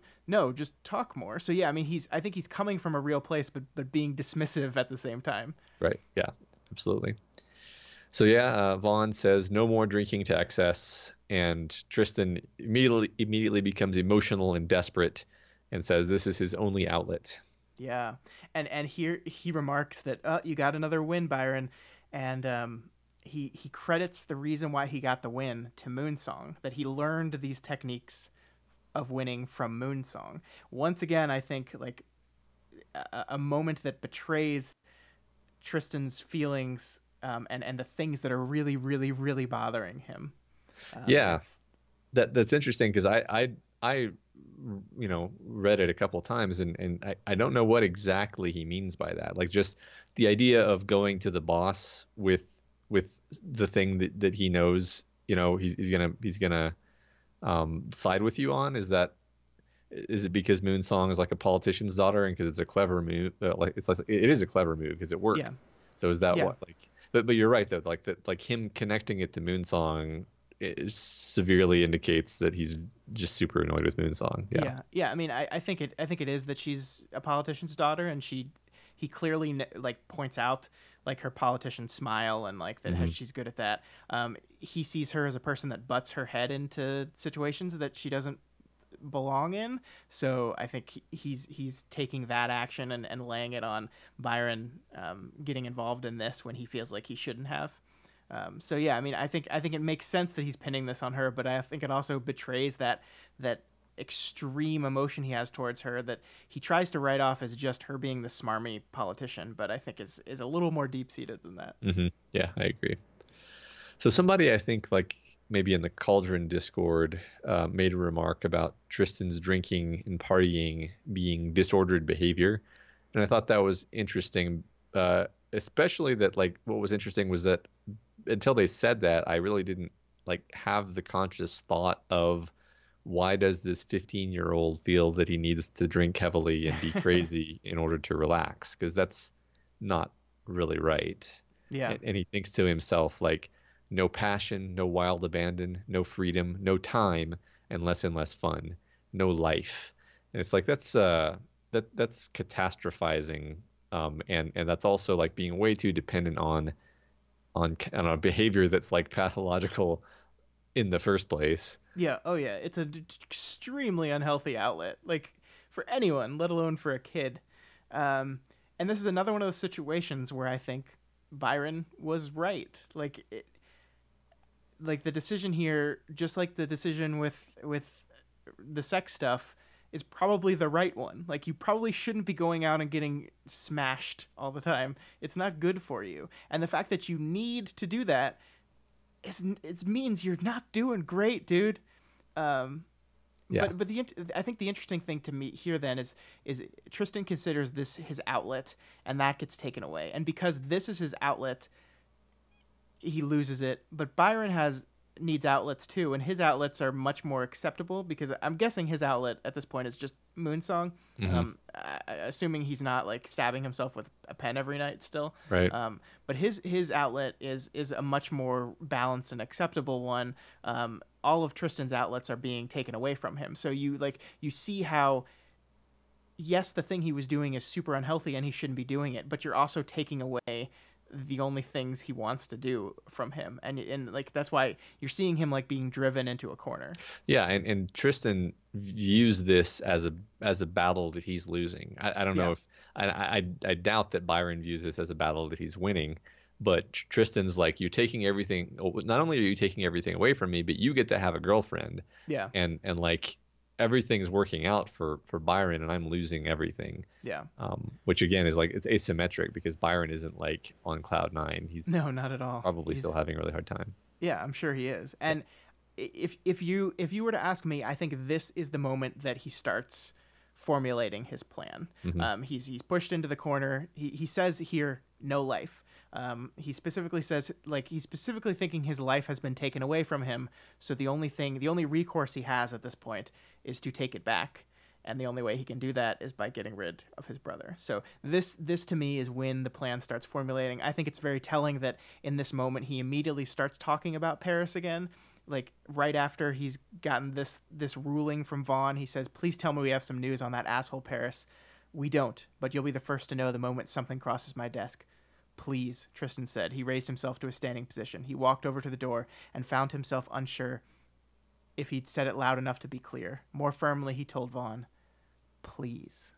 And I think that's Tristan's low point and the moment that he maybe not fully like formulates the plan, but makes the decision that he's going to act on this. Yeah, I'm not 100% sure that I would let me put it this way. I wouldn't put a ton of confidence on that, but I think that's a great candidate for the moment. Yeah. So back with Byron, back watching Tristan from the inside. We start round 2 with Paris. It's been a couple of months. Byron knows that Tristan found Paris online and tricked him into showing up. But he doesn't know that the reason Tristan is being cagey with this information is that he doesn't want the other people to know about it, so they won't follow up on it. Yeah, I wonder why that is. Yeah. So before the fight starts, Tristan tells Byron that they'll be switching up rapidly in the fight, but he asks Byron to let him take the finish. Quote, so I can tell Nate I did. The team attacks, better organized, their tactics geared specifically for fighting Paris. Steam Wheel sucks a lot less, and Byron's power is now mostly ice rather than water. Matt, Tristan is being so understanding here. This is so great. It's going to be fine. It's great now. Yeah, they're getting along really well. Yeah. I'm curious as to your read on the changing powers now that we know a little bit more about the brothers. Like, so Byron started out as a gas, then went to water, then went to ice, and then now in present day story is back at water. What do you think this says? Because Byron is convinced that it represented some growth within himself, right? That he found Brianna, he found assertiveness. Do you think that Byron's accurate there? No, I mean just because that's too self-serving, and that's nothing that a shard would ever do. Also, yeah. I mean, there's like a thematic explanation, and then there's a shard explanation. I think the shard explanation is just like testing things and sticking with either what works or what it feels like it can learn more from. But like a thematic explanation is more like maybe like the more aggressive of the brothers is being rewarded by being allowed to keep the same power and refine it, whereas the less assertive and less like aggressive brother is being punished by having his power change. Because we know that shard like that is kind of a shard explanation actually. But I mean, I guess the thing is the shards are thematic. So yeah, I mean, I don't think you're totally off base there. There is something to the fact that Tristan's power has changed very slightly. Byron's power has changed regularly. Tristan is kind of a more unchanging type of person, whereas Byron is like just things have been happening to him, and he's. I think it's interesting that like the ice specifically is interesting to me, as this something that it is much more solid. It is much less flowing. So perhaps this is him approaching the levels of like unwavering unmovingness, which would tie into what he actually thinks of himself. But I don't know. Right. I mean, and we know also that like the power swings between them, like right, at the present time in the story, Tristan's power is really strong and Byron's is weaker, and we don't know why that is necessarily from a shard or a thematic point of view, other than like, does it reflect something about who's winning the fight between the brothers? Yeah. You could say like that Tristan feels like he's losing the fight, and thus Byron gets to now use ice, and maybe that's a better power. I mean, I don't know. Water actually seems better to me than ice, but we don't get to see much. But it's slippery. It is, but the water has mass and can flow. I don't know. Yeah, I don't know. I talked for a long time on this question, and I have no idea what the answer is, so I'm going to stop I think now. we answered it pretty well. All right. So Tristan and Byron get close to Paris, and quote, out of a weird sort of gratitude, Byron forms the spike for Tristan so that it will be ready when he emerges, which is just kind of a really tragic beat on reread. It really is. So they switch back and forth once more as Paris begins to throw long spikes, which easily take out the other team members. The final one hitting Tristan dead on, and he's knocked down and he doesn't get up, although Byron knows that he could. And then Paris gets away. And then Tristan tells the team that he can't switch back to Byron, and that Byron is dead. So here it is. The Yep. the moment the terrible, horrible thing that he does to his brother here that is near unforgivable. I look at this moment and I don't know how they've even gotten to a relatively okay position in present time, right? Like, you look at something like that. I mean, we have no idea how long this goes on for. But again, I think this is Tristan making a choice to fix the now without really thinking long term about what the consequences are. Thinking like, I am very interested in seeing Tristan's state of mind in the day to day life of I've been pretending my brother is dead for months, and I know he's right there behind me screaming. I'm really interested in what that's going to look like. Yeah, me too. I mean, in fact, ever since this chapter, I've been like iterating on like possible ways that he gets found out, Yeah, and like, is it out of his own guilt? Does he get caught because he makes a mistake? Is it like a telltale heart scenario? Um, and and then of course, like you just said, thinking about like, man, like what do those first few days look like after he inevitably switches back to Byron? Like, yeah, um, how do they return to um, it's not even normalcy. It's more like a Cold War. It's like, look, I know that my life is worse if I fuck you over, but that doesn't mean that I'm going to be generous to you in any way. So it's like a détente. yeah. It's not at all generous. Like, it seems like it's going to be worse than after the Trigger event, because at least the Trigger event was like a moment of passion, whereas this is a premeditated, cold-blooded move. Yeah. Oh yeah.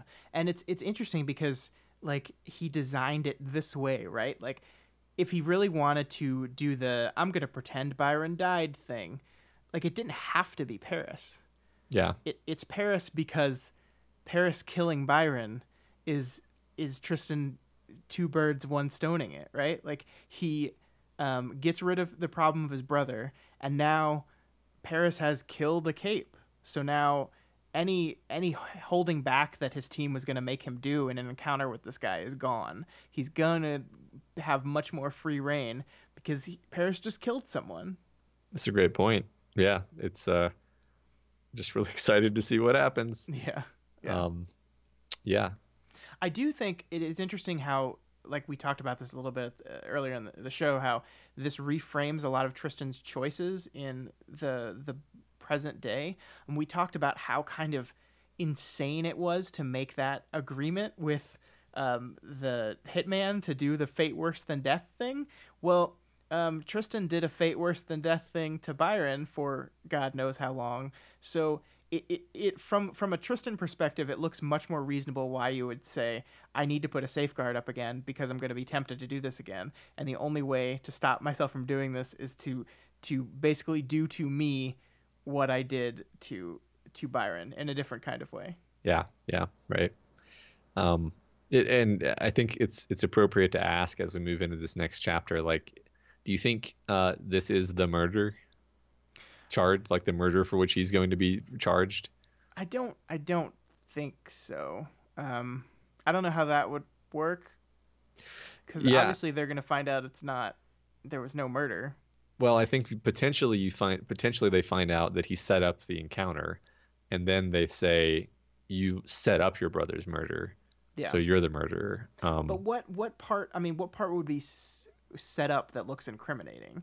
Like, did he cut a deal with Paris to do this? I don't think so. Yeah, I mean, I don't think he cut a deal with Paris because Byron would be aware of it if he did. Right. I mean, that's kind of the genius of this plan is that he frames it around Paris and his obsession with Paris because that's the only way he can act without making it look suspicious to his brother. Yeah, yeah. I don't know either. I mean, I think what's great, I think, like, to zoom out for a second, I think what's awesome is that we've been primed and like set up to have a lot of assumptions about what Tristan did Yeah. and what it looked like, and it's been very carefully done in a way where we've been misled. But when you go back and look at the things that Tristan actually says, he never actually says much. So Yeah. so this is all consistent. Like it could this could very well be the murder, or it could be something else. Well, and the thing that I love is this seems like the most obvious terrible thing you could do when you think about it, but it didn't. The horror of it, I guess, prevented me from really like connecting with it. Like in retrospect, what's the worst thing you could do to your brother? Well, just pretend like just stop switching out, right? Like Yeah. that's the worst thing you could do is stop switching out. And it didn't occur to me until it was unraveling that way that that's exactly what he probably did. And I Hmm. thought this cool. Like it's the most obvious route, but the way we're taken there doesn't make it feel obvious. So the reveal of what Tristan did works still. Yeah, no, that's a really good point. Yeah, I kind of assumed that there was some point when he stopped switching out, so that Byron wouldn't like tattle on him for what he did. But this is kind of the reverse of that, where what he did was stop switching out, and that was the crime in and of itself. Yeah, yeah. Um, all right, so move on into 9.10, and a droplet of blood fell from Capricorn's gauntlet. So here we have that visual reference to his verbal reference earlier in the arc of blood being on his hands. Yeah, because it was Yep, literally because he killed his brother, yep, kind of killed. kind of. Yeah, this is it's a wonderful way to get us back into the story. It connects to the non-interlude chapter before it, while also connecting back to the interlude. It's just a really clever way to get us right back into things. Yeah, And the blood on the hands also serves as kind of this structural device for the earlier parts of the chapter. Victoria cuts back to this idea of blood multiple times. It connects to her worry about her teammate, her worry about her own actions, to that moment where she almost killed her sister and would have, yeah. like, definitely would have killed her if something hadn't happened. Yeah, no, this is great because, like we mentioned, it's stitching together this Capricorn story with what's going on with Victoria at this moment, struggling with identity and struggling with violence and Yeah. even struggling with violence against a sibling specifically. Yep. So despite being very on edge and perturbed by this visual image, she tries to marshal herself to focus on Victoria, the cape, the well-trodden, broken-in pattern of behavior that can get her back to functional. Oh, that well-trodden, broken-in pattern of behavior that left Victoria being like a superly over-violent person that hurt people when she shouldn't. That one, Yeah, that one. yeah, maybe that's who she needs to be right now. I don't know. Okay. So the team has a brief conversation with Cole Belcher, who seems not cool. Yeah, and I love so in this moment when they see Cole Belcher, the first thing he says is, "And a villainess, heroine," and Victoria replies, "Heroine." It's like this perfect moment of when Victoria is searching for identity and trying to find who she is and how to survive the situation. The Someone approaches her and identifies her first as a villainess and then asks heroine. I think that's just a really subtle little beat that kind of enforces like the "Who are you?" Yeah, right. I mean, especially because she's, I mean, via mind whammy, she sort of is a villainess right now. Right, I right, mean, she right. certainly doesn't accept that and would vehemently argue against it, but she's working for Goddess. Yeah, but Cole Belcher is another one of our things that tie into this week's theme of what about tomorrow, because Rain pisses off Cole Belcher by kind of just dismissing him and running off to help Goddess, and Victoria is like left having to try to clean up for him because she says, "I had to think about the future, consider options. If we piss this guy off, we could win today and see Rain suffer for tomorrow." So it's something that Victoria is like constantly aware of. But interesting enough, I think she's aware of it with like external actions, but I think she's less aware of it with like her internal coping. Um, like this idea that she's coping to survive today, but what's tomorrow going to look like? Yeah, no, I like that, and I mean, I think I'm not sure if I'm on exactly the same page about what all of this means, but I find your take very very interesting, and I'm keeping an open mind about where this is going to lead. All right. So they make it a bit further, and then she sees Sveta's new outfit. Her tendrils are now wound through a protective mesh, which is fed through joined arm segments, care of Rain. Yeah. Which is it's quite a shocking image, right? Sveta, the person who has wanted to be humanoid, kind of embracing non-humanoidness. Yeah, Yes. Yeah, and so this also it's kind of like identity shifting, right? It's like Yeah, she can't she's outwardly her issues are physical, so yeah, her representation of shifting identities is shifting bodies into a new body. yeah. And once again, I'm doing this to survive now. What about tomorrow? Yeah, yeah. How am I gonna feel about this later? Yeah, yeah. Team breakthrough. More like team breakdown. Ooh. Got him. Um, yeah. So they retrieve Swansong, who jumps down to join them. Damsel, the other Ashley, stays behind despite really wanting to see some action. Swansong mentions that she's also under Goddess's sway. And there's some great like dialogue and like Victoria kind of like studying the other Ashley and thinking this wasn't the Ashley I'd come to know. This was the Ashley I could imagine working with the Slaughterhouse Nine. Yeah, this whole interaction really jumped out at me. I mean, we continue to use Slashley as a comparison point for our Ashley, a yardstick to measure her progress. And I kind of love in this moment where the rest of the team is like searching for identities and breaking down a little bit. It seems like Ashley's doing pretty okay. Like she kind of has a really good handle on who she is and what she wants and what she needs. Um, she seems to be the most put together of everyone. Yeah, no, absolutely. I'm proud of our girl Ashley. Although, of course, she's also perfectly in line with what's happening in the scene. We have two Ashleys in the scene. We have the two identities Yeah, of Ashley. So everyone in this chapter is being bifurcated. yeah. Uh, Almost as if Interesting. like there's a reflection gleaming off of things. Yes. Um, I think like first of all, the whole scene's hilarious because like Damsel is constantly like offering things from the peanut gallery that is not useful. Like Yeah. she's like commenting on everything and like making things. It's just like that's not helping right now. But I am. Well, let's not get. We got to go a little further before we get to this. I'm worried about my girl Ashley, Matt. Okay. All right. All right. Um, so I just like that Victoria uses the word teachered and goddessed in this chapter, which Yeah, is like a funny and realistic way of using yeah. language. I would probably use those words. Yeah, Yeah. So Damsel questions why Victoria would want to avoid supporting Goddess openly, and I love what happens next. Maybe we think of it as a question of reputation, Swansong said. If we appear to be too subservient. Damsel made a sound. Swansong echoed her. She glanced at me and rolled her eyes slightly. So I love that so much because it's showing that Swansong knows exactly what to say to Damsel because like she is the evolved form of Damsel. yeah. She this is the kind of thing she's had to say to herself to judo her worst impulses all the time for a long time now.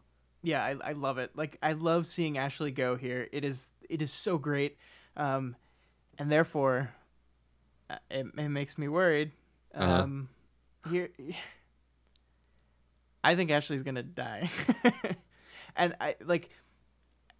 It's one of those things where you look structurally at like her role in the story, and how far she's come and how she's doing, and I just see her like I see the next big role she can serve this story is what happens if she's taken away, um, and that makes me really sad. But it out of like someone in this group's gonna die, Matt. Like this is Parahuman's world. Like people don't live through this book, and I think it's gonna be her.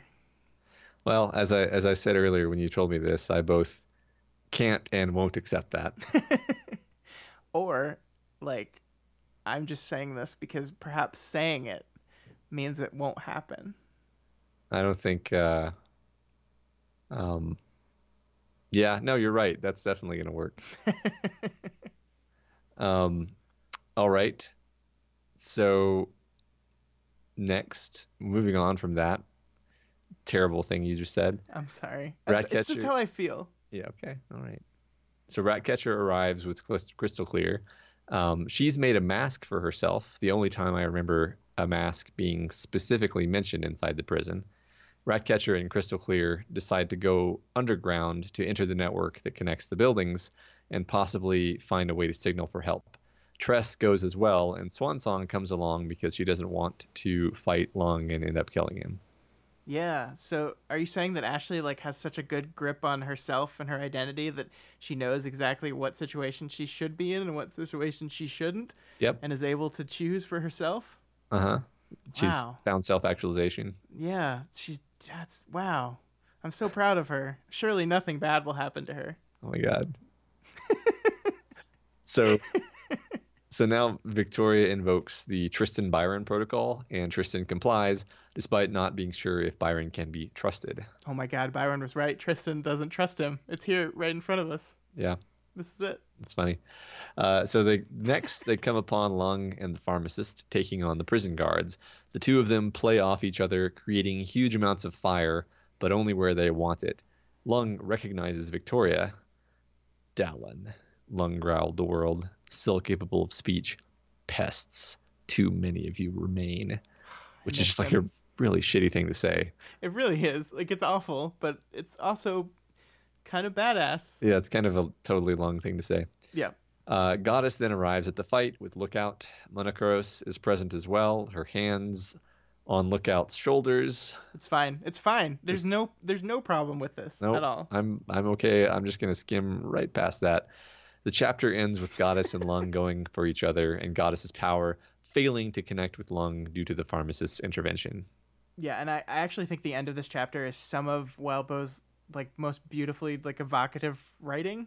Like I love how this like I love we've got these two powerhouses standing up next to each other, and they kind of charge forward, and Goddess charges forward and basically gets immediately rebuffed, and then so it's kind of up to Victoria at this point.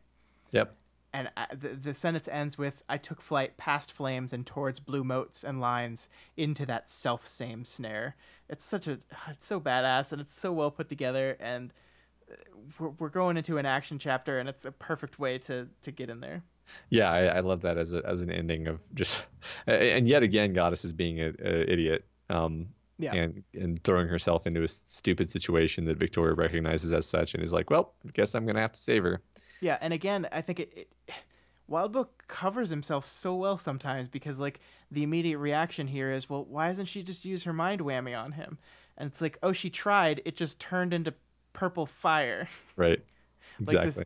Like this abstract forces that were reaching out from her towards his brain. It's wonderful. Right. Yeah. It's fun. It's fun to step back from these chapters and think about all of the clever traps that we're seeing, like Yeah. all of the things that the pharmacist can do. So because it's the internet, and if you miss something like that, people are gonna call you on it. Yep, that's right. So we move on into 9.11. This chapter is a badass fight scene that brings forth a lot of the character stuff that has been happening with Victoria throughout this arc. And I kind of think of this as like orchestral music, where different distinct musical themes or motifs are used throughout the piece in isolation, developed gradually building towards climax, where those themes all come together, and then there's interplay and unexpected harmony between them.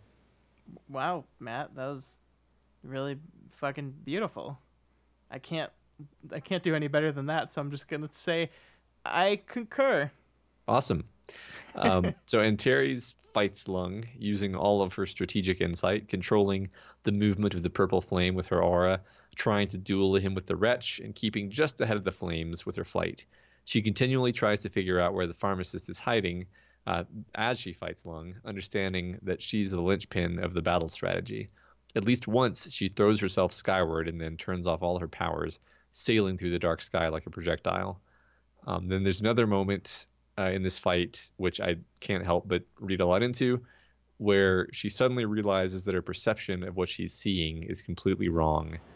And I think it's a really cool and unique action moment. I'm going to read the whole bit. Do it.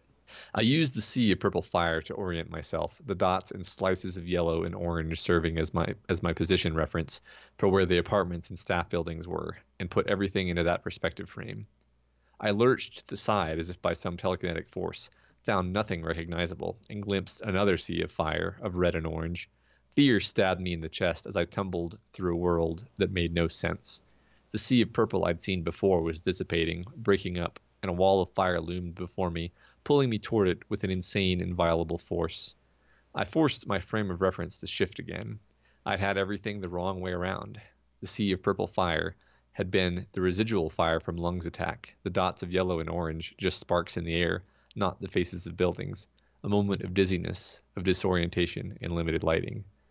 So, Scott, she's orienting herself, but it's by a misperception, a mirage, and then she forces herself to shift reference frame into a new one and realizes that she was seeing everything wrong.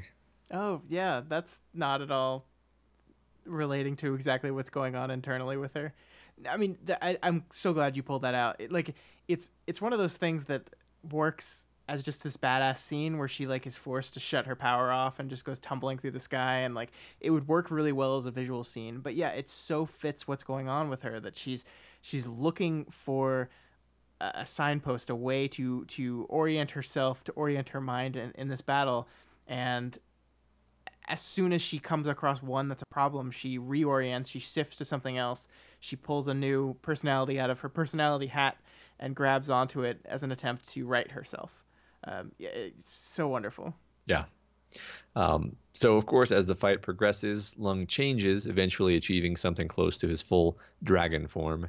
Because this is a long fight, and because it's from an outside point of view, we get to see the detail of his changes very clearly. How he seems to like tear at his own body to speed along the change. Yeah, he's fucking metal as fuck, Matt. Yeah, it's pretty awesome. Pretty awesome fight. Yeah. I really love the attention to detail and how fighting in these circumstances sees Victoria soaked in sweat with her eyes burning, her throat aching, all the moisture just sucked out of her. Yeah, I love that too, like the exhaustion she's experiencing. And I really love how it's not just physical exhaustion. Like she's talking about how she's getting mentally exhausted too. Like she mentions that her flying doesn't wear her out because it's not like a physical force, it's something else. So like she never gets tired by flying, but she's being so mentally and drained other ways that she's even starting to fly slower.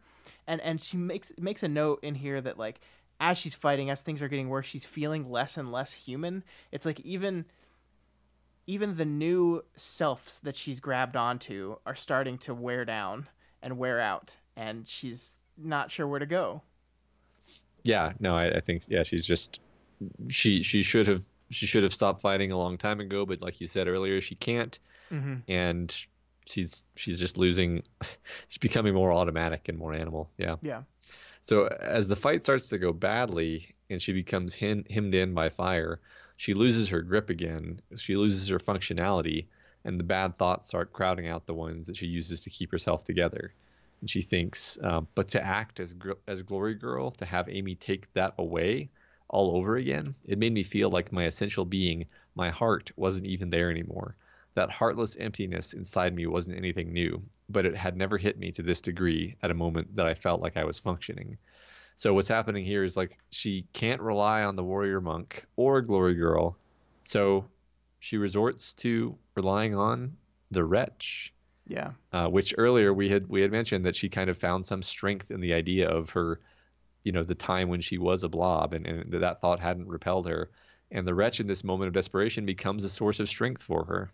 Yeah, and I love what you said when we were talking about this earlier, that then she takes her trauma and turns that into her strength. And it's really this wonderful moment. Like and it's one of those moments that you don't know if you want to like cry or cheer, because she says Glory Girl can't win this. So what does 110% wretch look like? And you're like, "Oh fuck yeah." Yeah. But then you're like, "Oh wait, what if she kills someone?" Yeah. And so you're like, "Yes, but maybe not 110. I don't know." Yeah, maybe we start out at 15. Yeah. It is so like, and I think that again ties with what we've been talking about all episode, is this idea of being forced into a corner where you have to act to get through the now, with the potential of consequences later. Yeah. And I guess we will have to see. Yeah, well, she's not even done self-actualizing here. So. Right. Yeah. This is we're getting these awesome like internal and external beats. And then I just like this bit where she's thinking about Goddess, and she She was scarily close to what I wanted, and I wasn't sure how much of that was the Master Stranger effect that was supposedly in place. 110%. The study of powers, the authority, people organized and listening to her. Even now, she was sorting out the people she'd brought from apartments. So yeah, she's consciously acknowledging the similarity between her and Goddess, Yeah. and kind of how she kind of wants to be like that, but not in the bad ways. Like Yeah. I think honestly. So yeah, she gets back into the fight and she tries to coax the wretch into hitting Lung with something. And it doesn't really work, but like the first attempt doesn't really work. But then the wretch does gradually start to work with her as the fight goes on. Next, Byron dumps a ton of water on Lung and then switches out, turning the whole area into a massive region of stone encasing Lung. Goddess is then like smugly thinking the fight is over, but Antares knows that it isn't. And then of course Lung like distracts her and deceives her and then melts his way out of the stone. God, Goddess sucks, right? Like, Yeah. like yes, we won, and everyone is like, no. Yeah.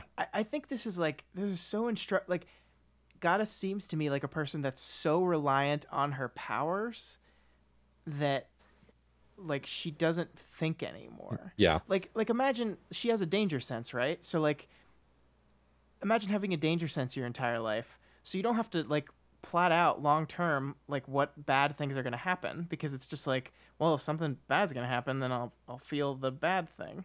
So like she just seems like someone that's so overly reliant on her powers and it doesn't use her brain anymore. Yeah, I mean, to contrast her with another, really good villain, Taylor, uh, Goddess probably just won too quickly. Like, whereas Taylor had to just like fight and fight and fight and like got really good at clever strategy and tactics, whereas Goddess just like won. Like she just like we don't actually know this, but it seems like she just like won and then didn't really have to fight anymore. So yeah, I completely agree with that. It's like you're gifted with a bunch of powers that solve every problem for you, versus you've got one power that on the surface seems not very effective, but the only way to make it effective is to come up with creative ways to use it. And yeah, I like that comparison a lot. Yeah, I just love another beat of the mind whammy at work.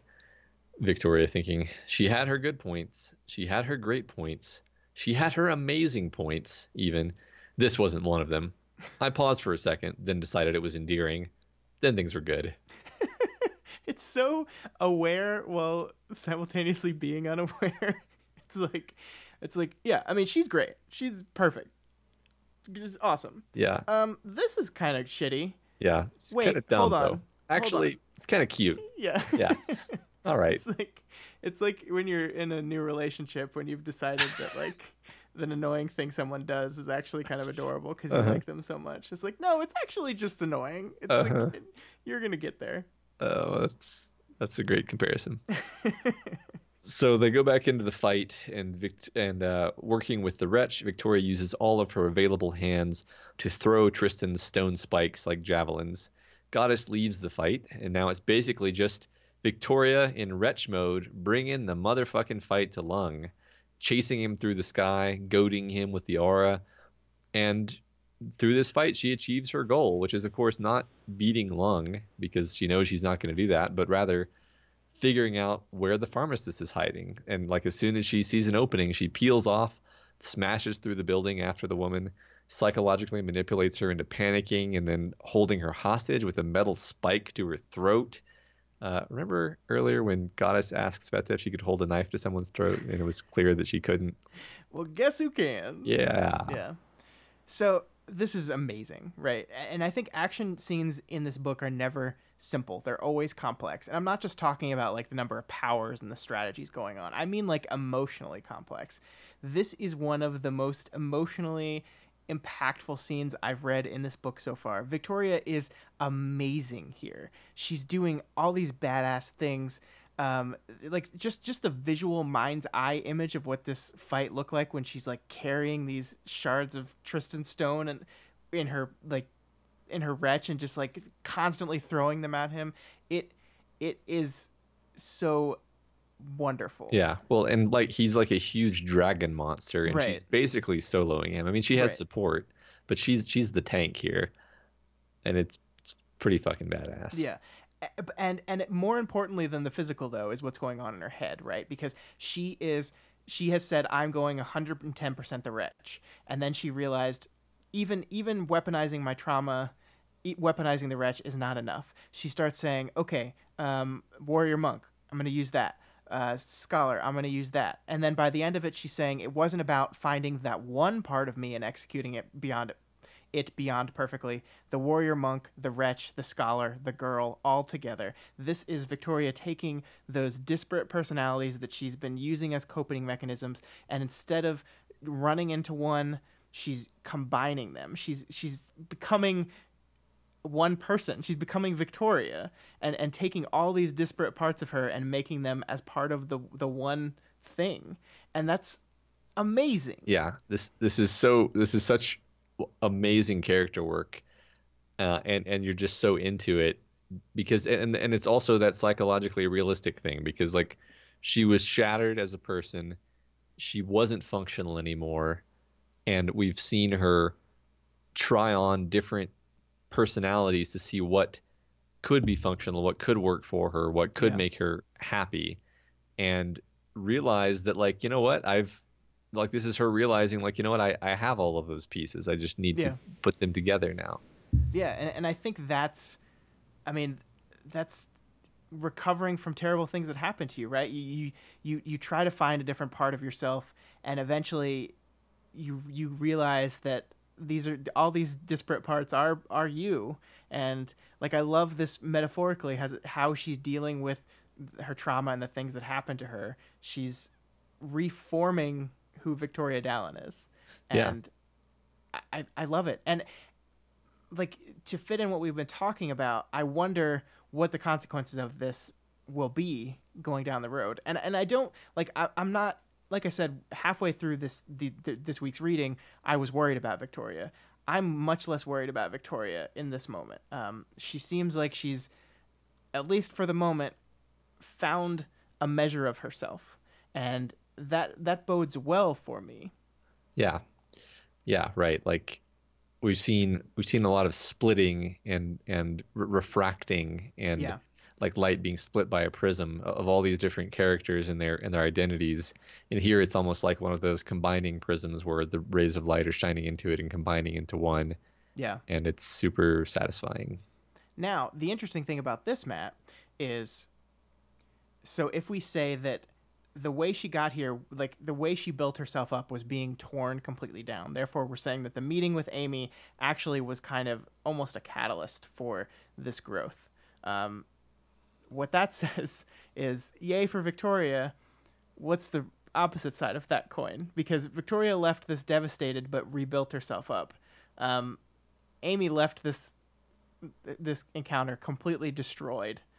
And what is her reaction going to look like to that? Yeah. Yeah, I think what I said earlier when we were talking about this was that this has been a very intense arc for Victoria, but this has actually been traumatic for Amy because she didn't understand, like this is all news to her. This is just crushing, devastating, and extremely painful. Whereas for Victoria, it's almost just a linear escalation of what she's already been dealing with.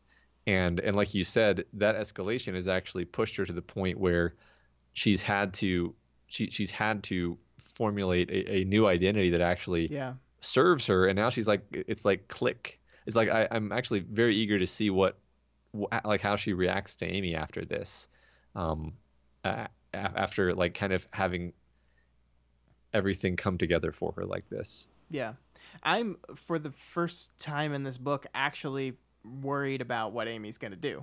I think every time we've seen like Victoria terrified of what Amy could do and is capable of, I've kind of dismissed it as like, that's not Amy. But I do think this interaction had a bad effect on her. And while Victoria managed to find a way to build herself up temporarily, Amy could be completely ripped apart and could lash out badly. Yeah, thanks for making me think about that in this moment where I was really happy about Victoria's progress. Well, but the thing about this moment, though, Matt, is, as you're about to say, we have this moment of victory where she like takes out the pharmacist, and they've defeated Lung, and then it's capped off with, oh With, yeah, yeah, tomorrow. yeah, with her coming outside and all of our favorite people, her allies, are standing there. Goddess, Lung, Cole Belcher, Seer. Oh, good, Yeah, awesome. as if to say, congratulations, you won today. Um, Tomorrow though, Yeah, that's right. gonna be some shit. Yeah, I mean it is pretty funny that like this badass victory was actually her like completely serving the will of a villain. Right. Yeah. Um, so yeah, she comes out, she regroups with Byron and Rain, but Kinsey is nowhere in sight, and the Yeah. rest of the team may be in trouble. Oh boy, it's Yep. not looking good for the rest of them. Finally, Victoria's doing all right. Everyone else, everyone else is in some shit. Yep. All right. That's it for these 4 chapters of Gleaming. And we're not going to do name game because I it's don't think we had any. been a long episode and we didn't have any also. Yeah. Discussion question for today. Self-identity has been a major theme in Ward. What does the text say about the nature of identity, about how identity shifts over time?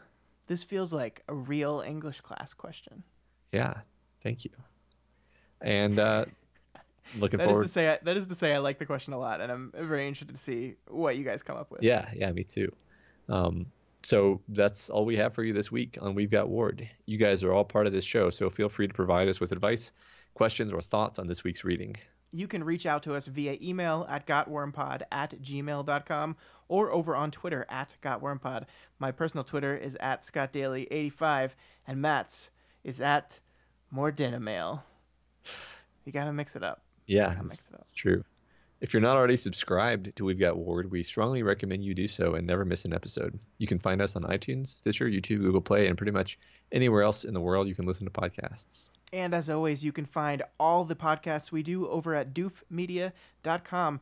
This week, on Vow to View, I'm making my wife watch some scary movie, and she's mad at me about it. Yay. And we'll, of course, have a new episode of the Doofcast as well. Look Cool. forward to that. All right. That's right. And if you like any of our shows and you want to support them, consider donating to our Patreon account, patreon.com/doofmedia. You can donate $1 a month or whatever else you can afford. Supporting us on Patreon gives you tons of great bonuses like voting in our quarterly fan art contests and costume contest this month, Q&A sessions, access to live streams of our recording sessions, and our excellent lively Discord chat. Special thanks to new patrons Bidoofs, Justin C, Inyash B, Satya P, and Aisha B, all at the $1 level, and Doof Troop members Donnie M and Mr. Evil Doom at the $10 level. And also Doof Warrior Zendrex upgraded to $20. Thank you so much, all of you guys. It's always like humbling, Yeah. especially And when there's like just like the tidal wave of people like this. Yeah, we take a week off and we get all these donations. We should do that more often. Yeah, we'll only come back if we get a certain. No, I'm just kidding. No, that's never. No, we would never do that. No. Thank you guys so much. It's amazing. We are using these kind donations to get more stuff. Matt has a green screen now and some lights. We're gonna do more stuff, and it's very exciting. Yeah. So yeah, as always, of course, make sure you go over to Wildbow's Patreon, patreon.com/Wildbow, and donate to him as well. This is his world. We're just playing in it. And if you cannot afford to donate right now, that's absolutely okay. You can pretend to kill your brother and then say a book made you do it. Or you can head on over to Apple Podcasts and leave us a rating and a review.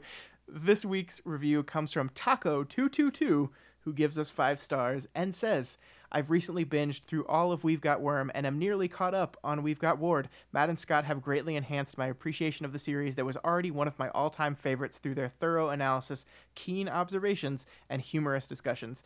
The one downside is that I'm not sure how I'll be able to truly appreciate future stories without their commentary, and I'm afraid they may have actually ruined my life forever. So, thanks, I guess. Thank you. I'm sorry we ruined your life. You know, I guess what we're just going to have to do here, Matt, is cover everything.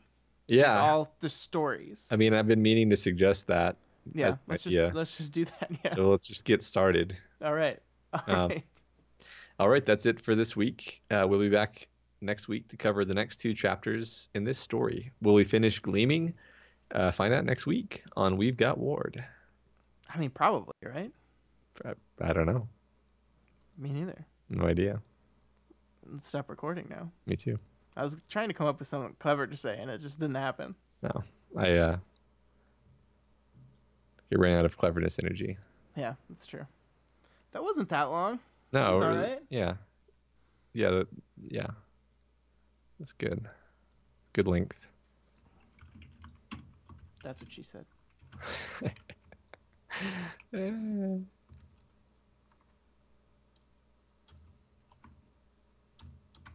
Those are still in vogue jokes, right? I think so. I think those are evergreen. Thanks, Wildbow. Thank you. We broke 3 hours, didn't we? I think the final episode of Worm, no, the Arc 30, I think was above 3 hours. Yeah, we definitely did at least once. My timer says 2 hours, 9 minutes or something, so. I'm sorry, Prof. I'm not really sorry. Yeah, I don't feel like we rushed anything though. I thought it was good. I quite enjoyed it. I wonder how we were unfair to Byron. Yeah, or maybe surely we were. Maybe we were unfair to Tristan this time. I swear to God, if that happens, I quit. Yeah, I quit. Right. I mean, I jokingly wanted to like intentionally go too far in my criticism of Tristan just to see, you know. Yeah. Just to see if I can do it. I mean, I wrote some stuff in the script that I ended up not saying. Yeah. That was just like intentionally trolly, and then I was like, I don't really want to deal with the beginning was enough, I think. Yeah. Yeah, well, the community discussion doesn't count.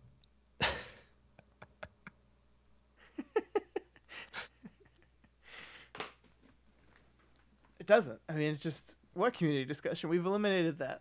Yeah. Yeah, we decided that no, I don't have a joke. It's called selective elimination of segments when we feel like it. Yeah.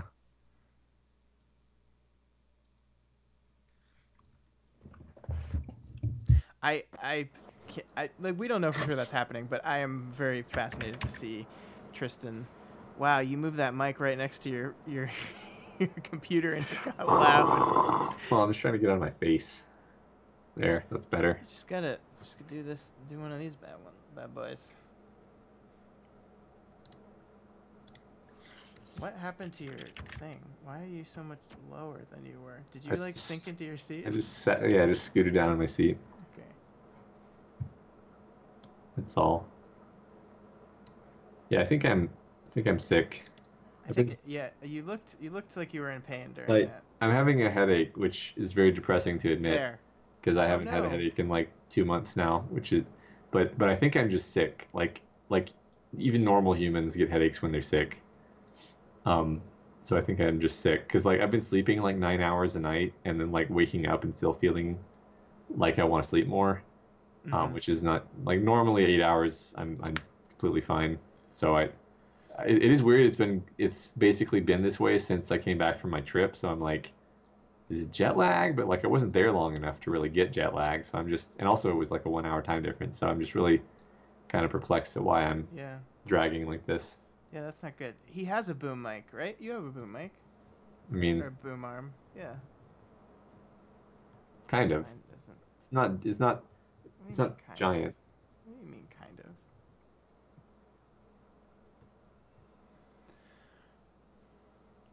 Now it's that looks ridiculous.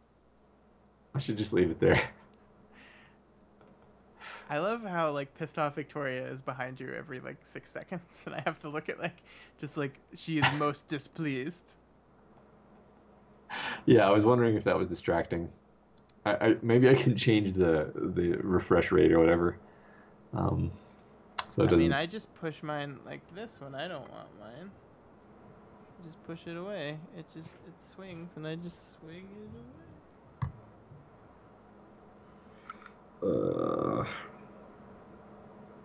I mean, I could put it up here and just it would be the same thing though.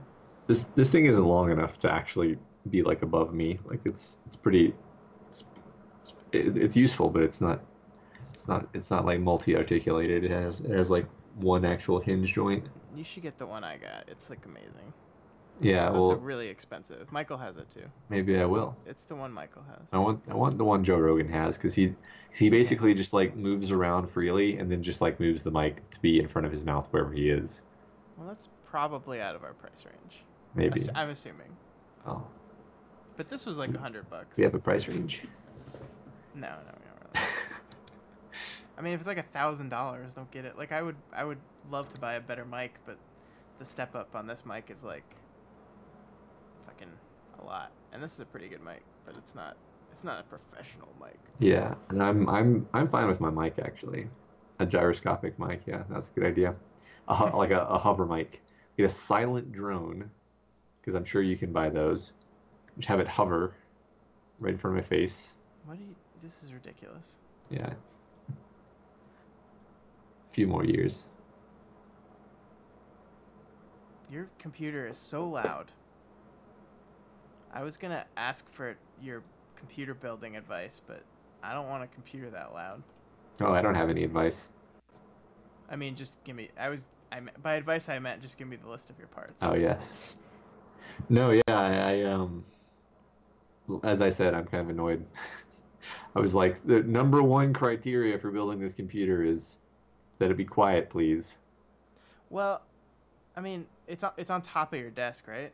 Yeah, it is. I think you can probably like I have mine. I mean, mine makes noise. It's just under my desk, so you can't really hear it.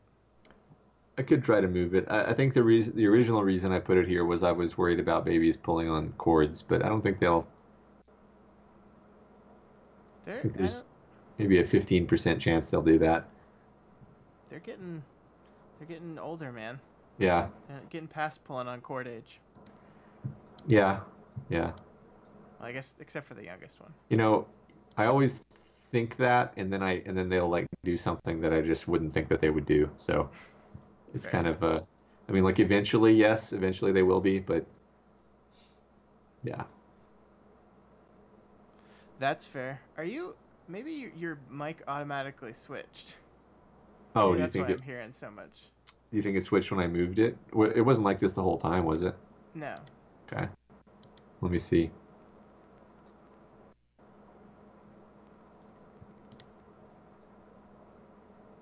Yeah, it doesn't even see the fucking Blue Yeti anymore. What a piece of shit. God. It's so weird that it's. I blame Skype. It's gotta be Yeah. Skype. Here. Well, look, I'm gonna unplug it and plug it back in, and then it's gonna work. And searching out different. Yeah. See. Yeah, that's so weird. Did you put your voice up yet? Yes, it did.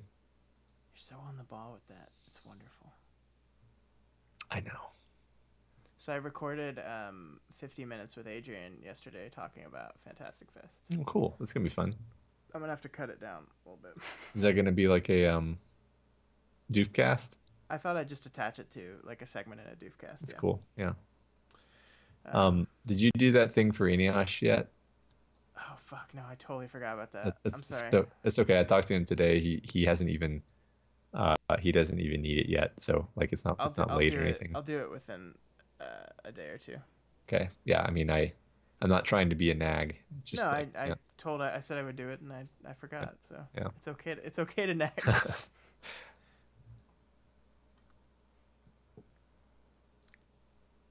Oh yeah, Matt, your wall doily, it's gone forever. It's gone forever. Yeah. Well, I decided I didn't want my bedroom all over the infinite internet. That's fair. I would like to get. I Elise watched our book club and Uh-huh. said, "Oh, Matt got a green screen," Uh-huh. and I was like, "Yeah," and she's like, "You want a green screen, don't you?" I said, "Kind of."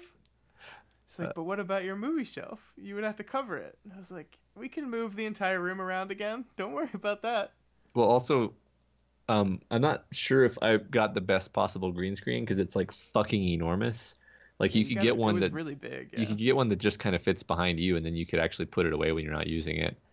Um, this one, this one is actually so big that I don't know like how to even put it away in a practical way, No, yeah. like Night without prof. without completely disassembling it. Yeah, that seems like it'd be a pain. Yeah. Is it just hanging out in the middle of your bedroom? Yep.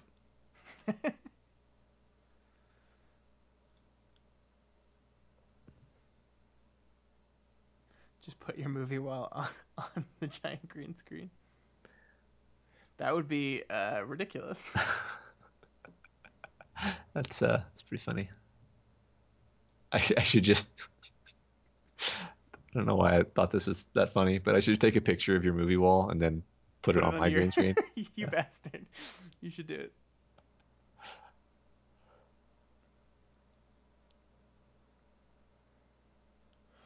Oh, why is my audition is not happy with me right now? Hmm. My computer's been kind of running slow lately.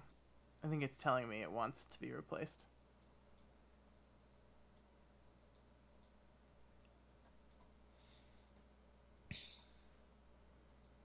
Yeah, I think Audition's gonna crash.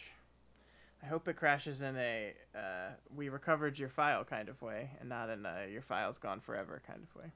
Had you made progress? I had cleaned up mine, Okay. but I hadn't saved it yet. Okay. I Yeah. was literally just opening the template to like edit it, and Well, it didn't like that. that sucks. But it's got a pretty good autosave, so Yeah. I think it'll be fine. Just don't understand why it's doing this. I was pretty impressed. We were recording the Bayesian Conspiracy podcast, and Audacity just like crashed after like an hour and a half, and I was like, "Oh fuck, did we just lose the whole thing?" And they were like, "No, no, we didn't." And then like it turned out we didn't lose hardly anything. It had just like been saving passively. We maybe lost like a couple minutes. Yeah, that's cool. Yeah. Yeah, I mean, mine should technically do something similar to that. I don't really understand why it's frozen though. Oh, that's awesome, Zendrix. Yeah. Congrats.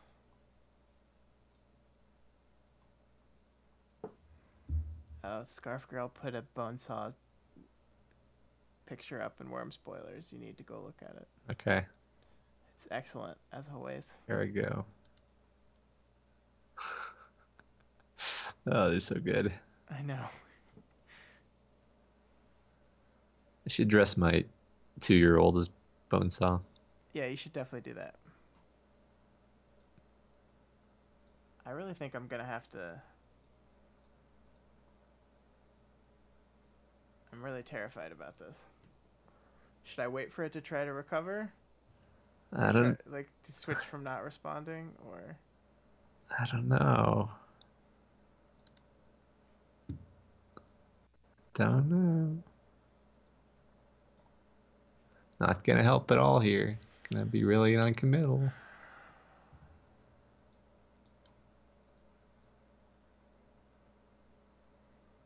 the ironic thing is, I think when I backed up, I did our backup. I think it was just your voice.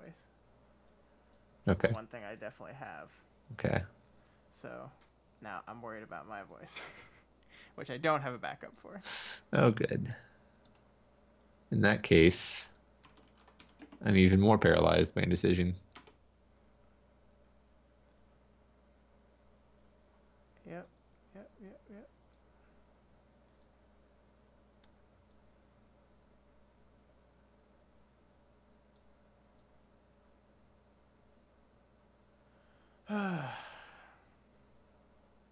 I'm gonna be so mad. We're just not gonna have an episode. The show will just be canceled. Yeah. Yeah, I wish that my end recorded your backup, which it used to do, when we were using the other software. Mm-hmm.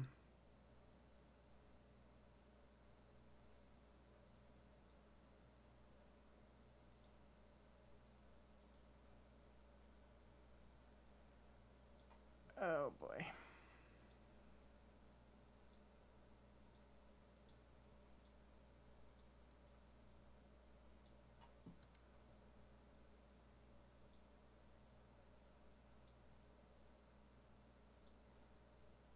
It's interesting that when I switch to it on here, it looks like it's working fine. Huh. Like when I'm showing it to the people watching, but it's not working fine. All right, I'm gonna have to do it because it's not. All right. If your audio is gone, you can just say everything that you said into the silences between what I say.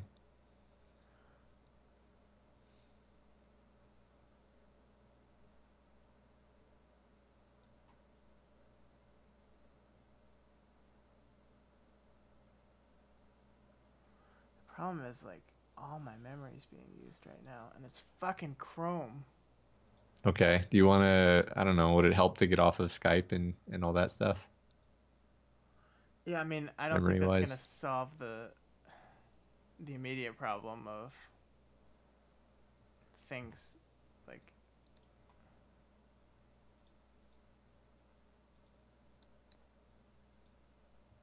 Why is Chrome use so much memory? I hate it so much.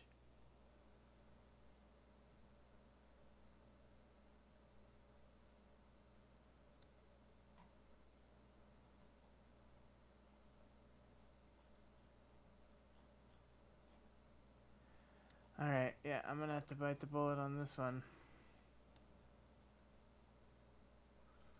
Okay. Let's see what happens, because it is not recovering. Wow, it ended that task immediately. There was no buildup. Huh. Okay, Audition, don't let me down here. Yes. Thank the Lord. Wait, it hasn't worked. It just said your Audition quit unexpectedly. Do you want to restore it? Oh, okay. And I clicked fuck yes, but it's still opening. So let's see Okay. if. Oh, thank Christ. Oh, thank you, Adobe, for having a great backup program. I think I'll never be prouder of anything than I'm proud of us for redoing that whole episode that one time. Yeah, I frankly like I don't know how the fuck we did that because if it had happened tonight, there's no fucking way we were doing that. Like I would just say, let's go to bed. We'll figure out how to do something in Yeah. the morning. I I think think it was because it was the epilogue, right? So it was like the it end. was really important, and we were just like, we were just like, we're just, well, let's just get it the fuck out of the way. Basically, I think was my attitude at least. Yeah, Was like, yeah, we'll have to stay up ridiculously did the late, same but then thing. it'll So be done, and we won't have to think about it anymore. yeah, that's true. And we won't spend like 24 hours being pissed off about it. Also, Yeah, I definitely would have. That definitely would have happened. yeah. Ah, thank the Lord. That would have been the most devastating thing ever. Yeah, I would have triggered. I would have triggered.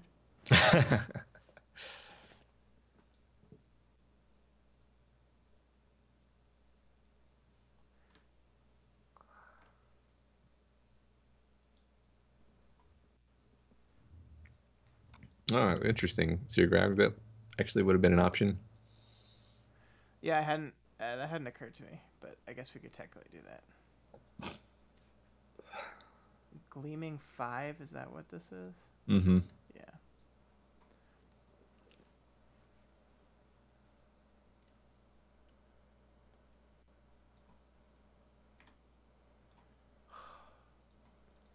That was the scariest moment of my life. Which means I have a pretty good life. Yeah, that's a good point. still running very slow though. I need more Sounds like memory. sounds like you need a new computer. Well, yeah, I mean, realistically, I just need more memory, but also, I need a new computer.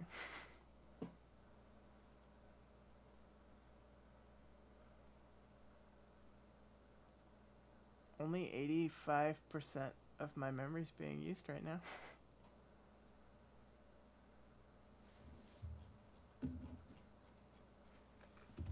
I mean, obviously, OBS is using the most of it right now, which makes sense.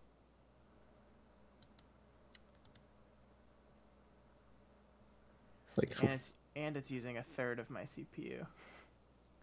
Streaming's hard. looks like 45% of my memory is being used, but That's it's significantly lower than mine. mostly Chrome Yeah, Chrome is because a I have freaking like memory hog. also I probably have like 70 tabs open, so Yeah, I had like 16. I closed them all, and still, Chrome is my second highest memory usage. No yeah, tabs are open. I don't know how that works. it's ridiculous. Oh wait, no, one tab is still open. It's the YouTube chat. That's the one thing that's still open. That apparently keeping YouTube chat running makes Chrome use 500 megabytes of memory. Yeah, well, because every website now is a large program. That's true.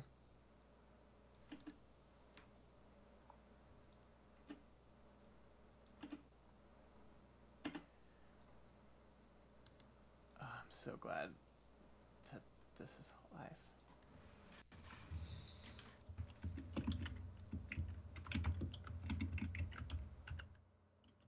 Oops, not the Q&A. Oh man, Matt, What? I moved to my editing window, but your proportions are all off. I gotta fix them. Oh no.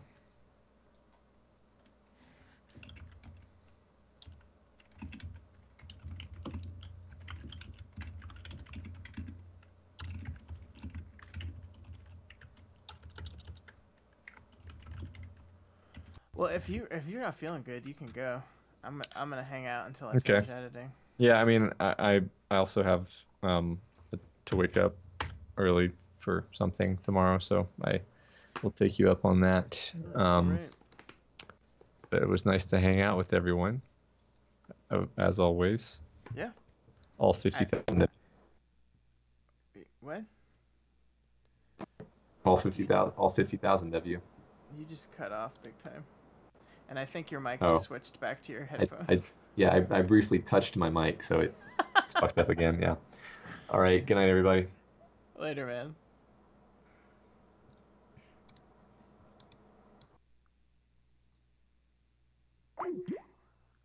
Yeah, I really I missed it. It was only a week. Like, I realized that I have, since we started this in March of 2017, like a week off is the most I've taken from reading your stuff.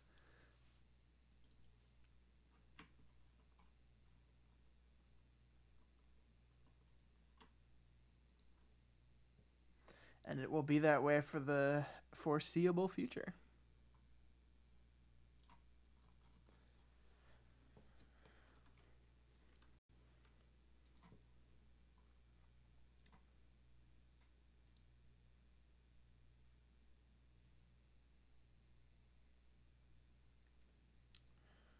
Man, I'm tired today. I haven't, I did 8 days of staying up till 4 in the morning, so adjusting back to normal sleep schedule, I haven't really done it, and I think it's finally catching up to me. So maybe tomorrow I can actually fall asleep at midnight like a normal person.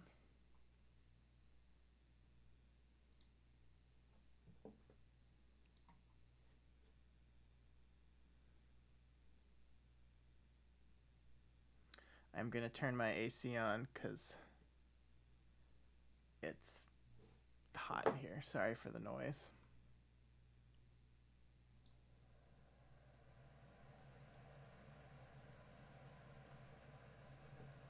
That makes sense.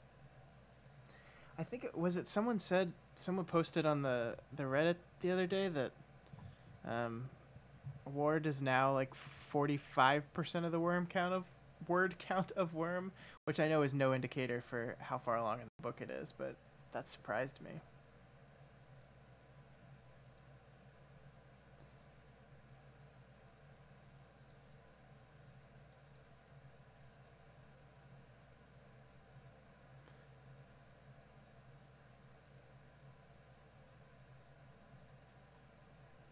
On the one hand, it feels right, like we're pretty far well into the story now, but on the other hand, I'm like, but there's so much more to do.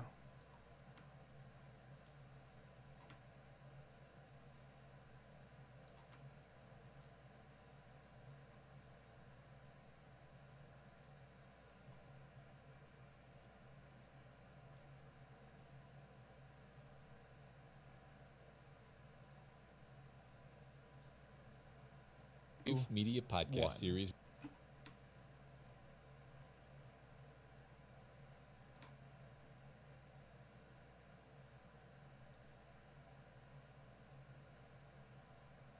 Yeah, I mean, I think like using word count to measure like how close to the book being done is kind of dumb.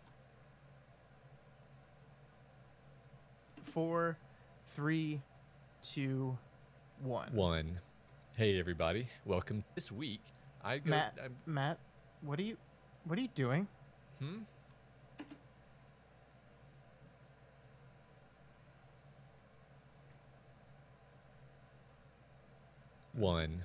Hey everybody, welcome to We've Got Ward, a Doof Media podcast series where we expertly dissect and discuss Ward, Wildbow's return to the world of parahumans.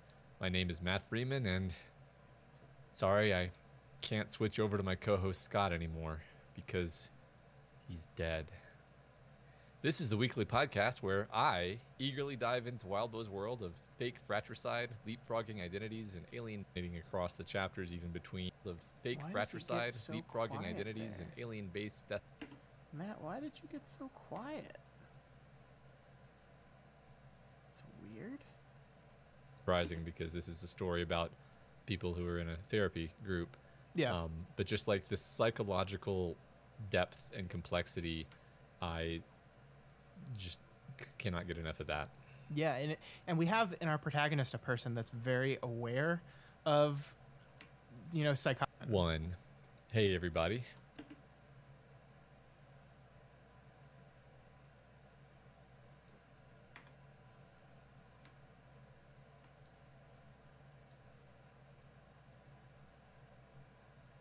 Does anyone know if there's anywhere I can like get an MP3 version of the Skype like add to call noise? Because I kind of want to put it right there.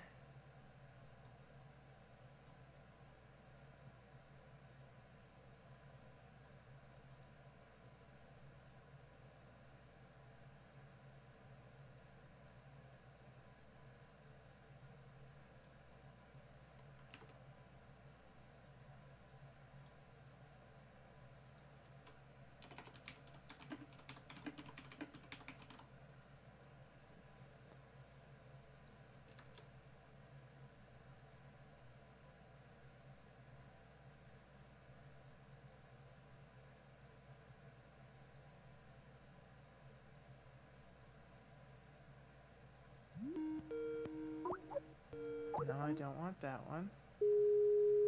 No. No.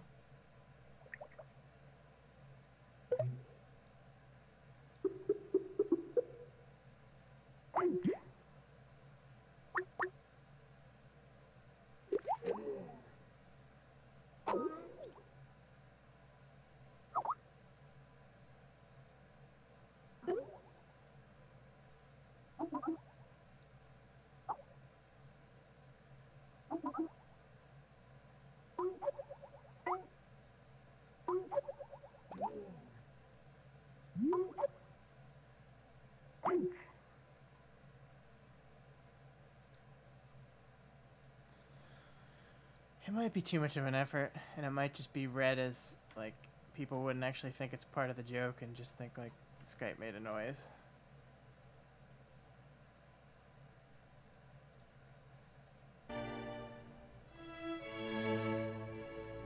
Hey everybody, welcome to We've Got Ward, a Doof Media podcast series where we expertly dissect and discuss Ward,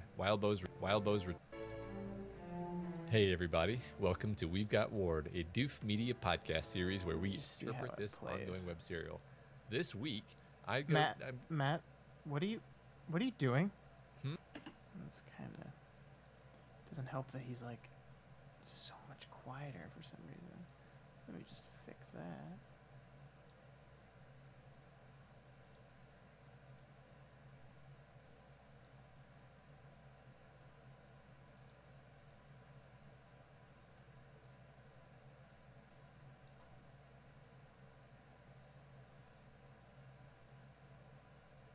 eagerly dive into Wildbow's world. I eagerly dive into Wildbow's world. This is a weekly podcast where I eagerly dive into Wildbow's world of fake fratricide, leapfrogging identities, and alien-based death powers as we analyze and interpret this ongoing web serial. This week, Matt, what are you doing? Hmm? Are you doing the podcast without me? No. Did you try to lock me in the basement and tell them I'm dead again? Yes. Wow, what an unambiguously terrible thing to do. You are unquestionably a bad person. There, we said it. Get off our backs about Tristan now. Matt, this week we are covering 4 chapters. These were great. I don't know. I just the Observations and humorous discussions. The one downside is that I'm not sure how I'll be able to truly appreciate future stories without their Finish gleaming. Find out next week on We. I mean, probably, right? I don't know. Me neither. No idea. Let's stop recording now. Me too. I was trying to come up with something clever to say, and it just didn't happen.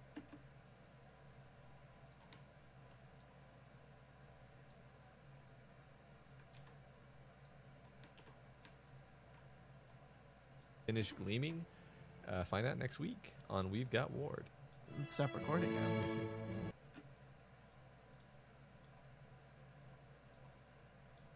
No idea. Let's stop recording now. Me too.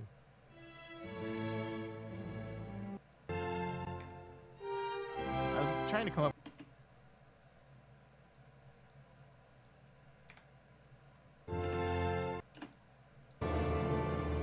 I was trying to come up with something clever to say, and it just didn't happen. I was trying to come up with something clever to say, and it just didn't happen.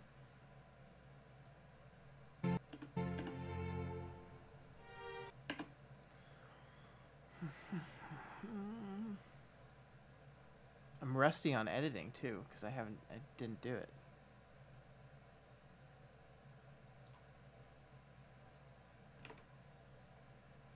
Thanks. I like them too. I like having bumpers. I like some podcasts I listen to do like a cold open. I don't know why it took me so long to think of the word open, where they have something at the beginning. I like doing that sometimes too. I do that on Without a View. And that's usually literally just me turning on the recording and letting Elise go and waiting till she does something ridiculous.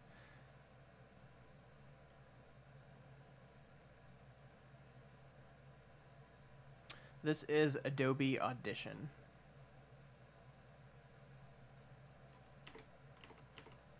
It's part of, we have, Matt and I share the Audition Creative Cloud suite, so we have all the different programs. It's great. I started on GarageBand and thought it was awesome until I learned how to edit and then realized how limiting GarageBand was. And then I did Audacity for a while, which is a free program that is good, but it's freeware and has some limitations of that. And ever since I switched to this, I love it. It's so much faster at doing everything I want it to. It cleans up the audio way faster. The interface is way easier. I love it. One day I will teach myself how to video edit in Premiere and do that.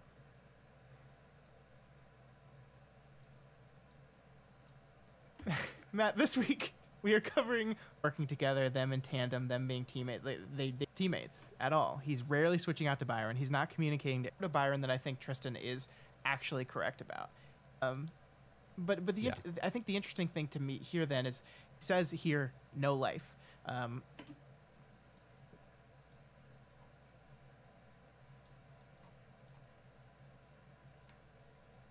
that's real. That's real comforting. That's okay. All right. Yeah. Okay. Good deal.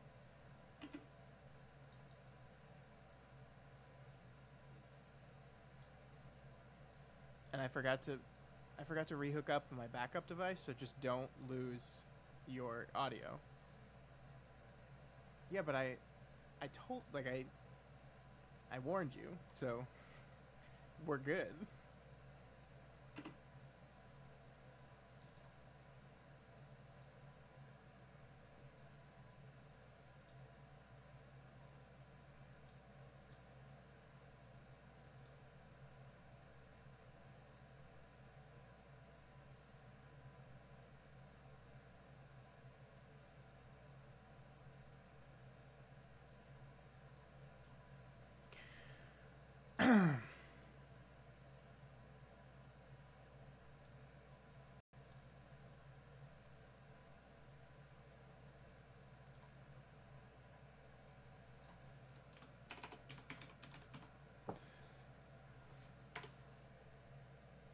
Wow, that's gonna take a while.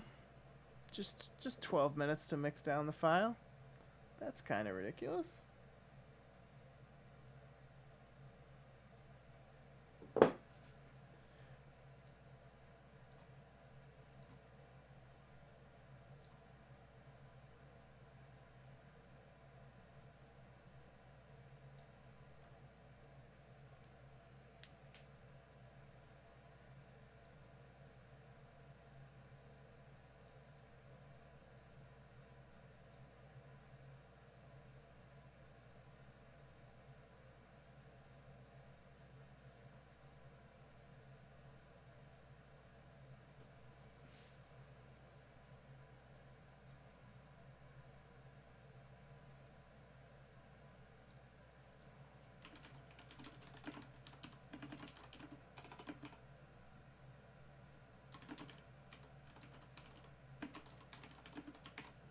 I don't know what our last episode, the controversial one, was also the one that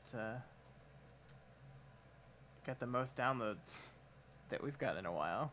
So I don't know if that's like, I'm pretty sure the stats I use measure like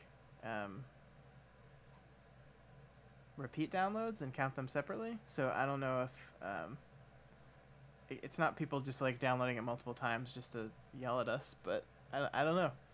Or else they just shared it with people like, check out these things that these people said that made me mad. Should be controversial more often.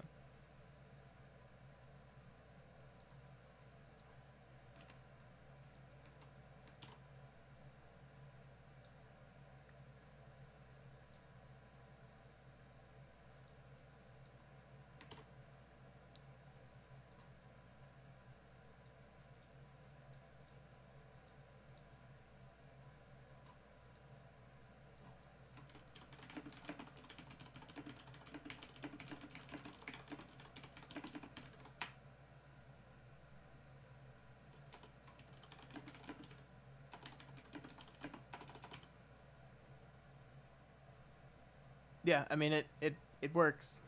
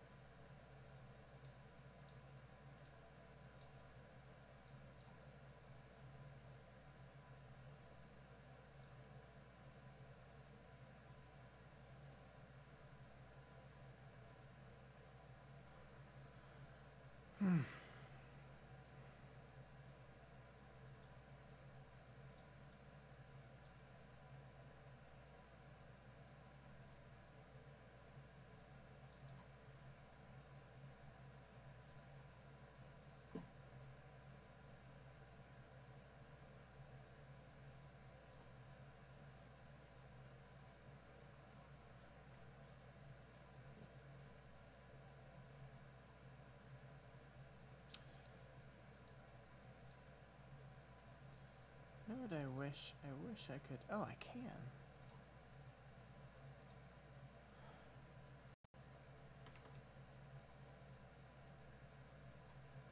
I can work on something else while this one's mixing. That makes me happy.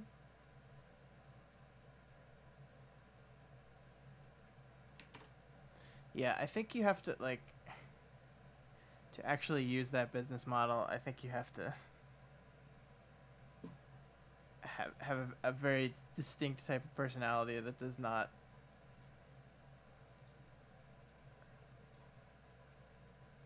like care that people think you're terrible. I could never do it. I could never. The idea that people don't like me is like debilitating for me. I like people to like me.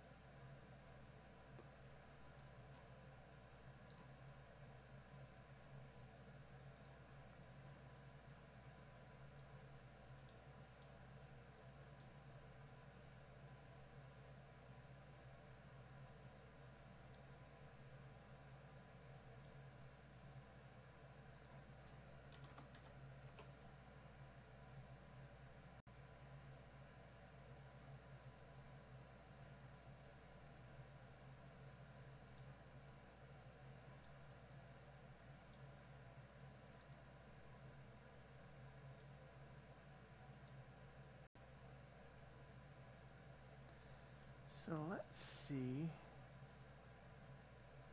what state Adrian's recording from last week is.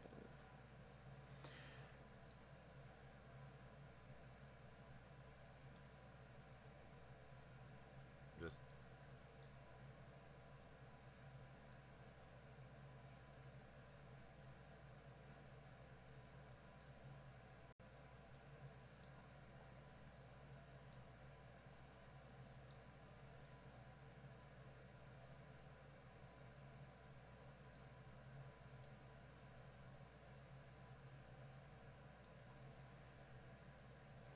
I'm working on our talk about Fantastic Fest, so you'll get to hear some stuff.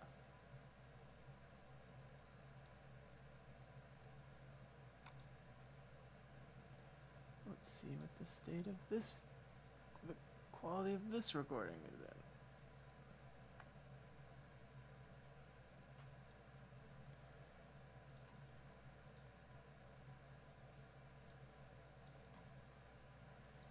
have good writers that are A, paid, and then B, that people know who they are. And so when I saw that went up, I was like, oh, thank God. I don't feel bad. Get a pop filter. I might now that I found out that you have a film journal. Sorry, film diary. Film diary.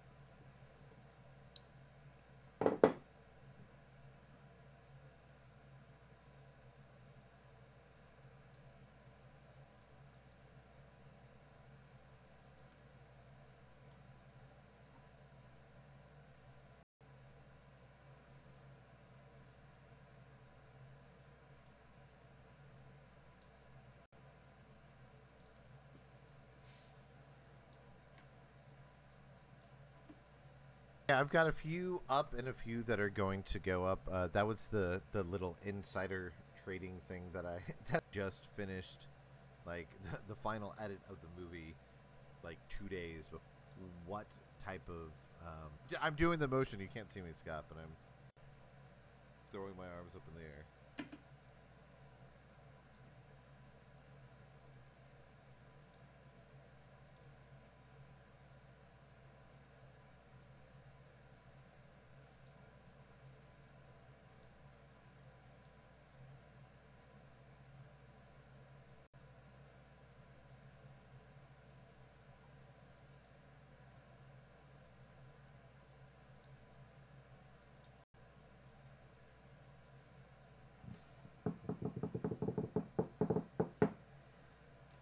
Time watching it, and you're even willing to admit to people, no, it's not great, it's not going to win any awards, but you have fun with it because it's trying to bait you.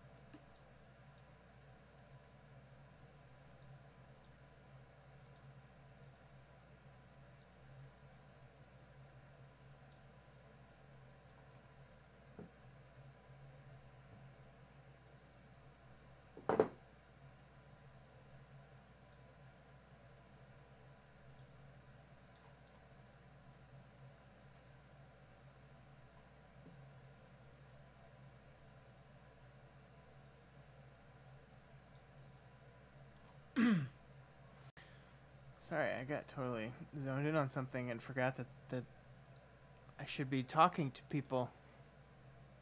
Hi, people. I'm bad at this whole streaming thing. I don't know how people do it. How do you be entertaining for 8 hours a day? I don't know.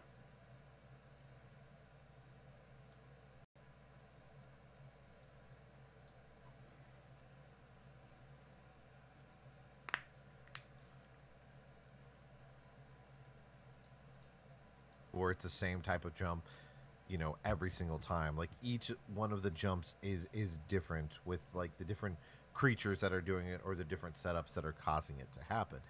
And so it's one of those films where you're like, no, that movie's not good, but it's a lot of fun.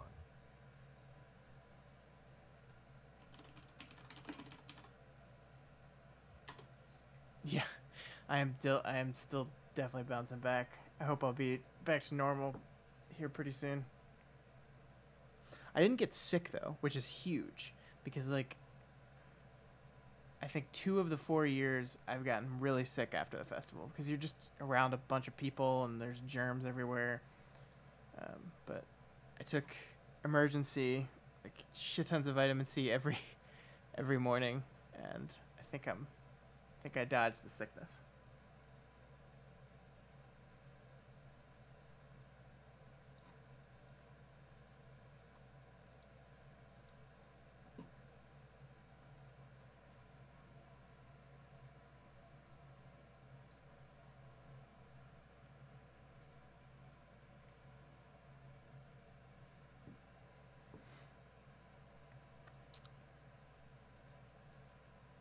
Hi, Sierra Grau. How's it going?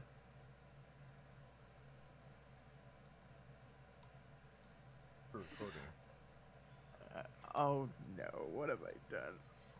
Alright, let's go in 5, 4, 3, 2, 1.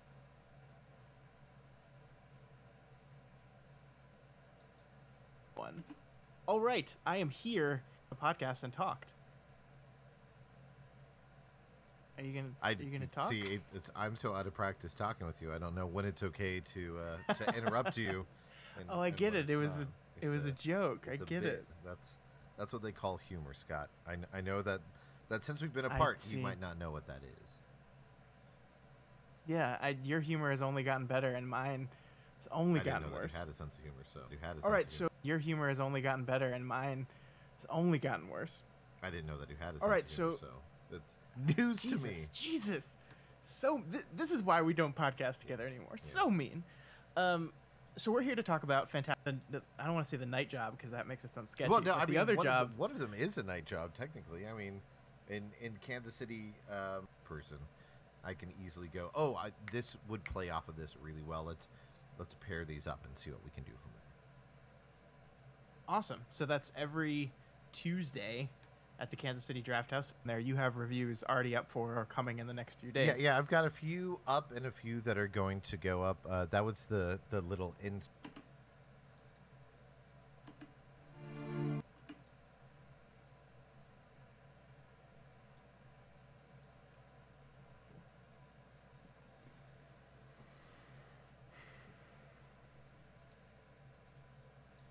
insider trading thing that I learned while there. So I'm like, oh my god, I'm trying to write all this stuff, and some people were like, just do some while you're here, and then finish up the rest over the weekend and then the first couple days. And I'm like, okay, that I feel good about that. Just like today, at 5 different sites, there were a whole bunch of reviews that went up today, and we're talking about like know who they are. And so when I saw that went up, I was like, oh, thank God, I don't feel bad.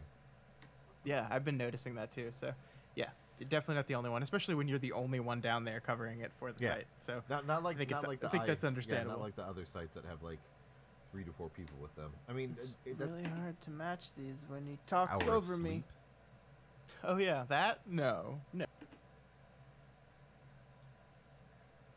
I don't feel bad. Yeah, I've been noticing that too. So, yeah, you're definitely not the only one, especially when you're the only one down there covering it for the site. So, yeah, I think it's not, I think that's understandable. Not like the other sites that have like 3 to 4 people with them. I mean, Yeah. That's the difference. Is we've already got it worked out that we're gonna have.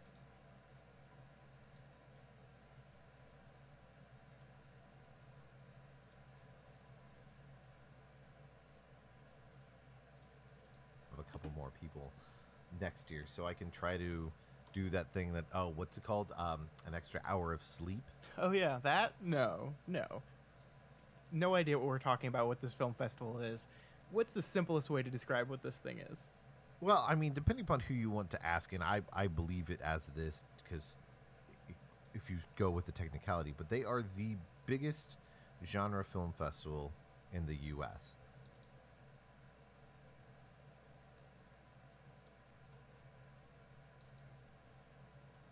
And the only reason why I say that is because their next direct competition, to give you an idea of what type of festival this is Fantasia. Yeah. And Fantasia takes place in Canada and is over like a 3.5 week period. Yeah, it's ridiculously long. Are there people that cover that entire festival?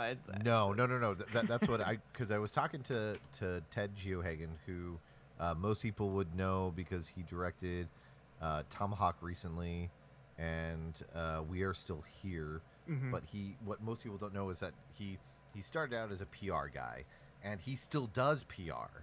Like, that's why he was at Fantastic Fest this year, is because he was doing PR for several different movies.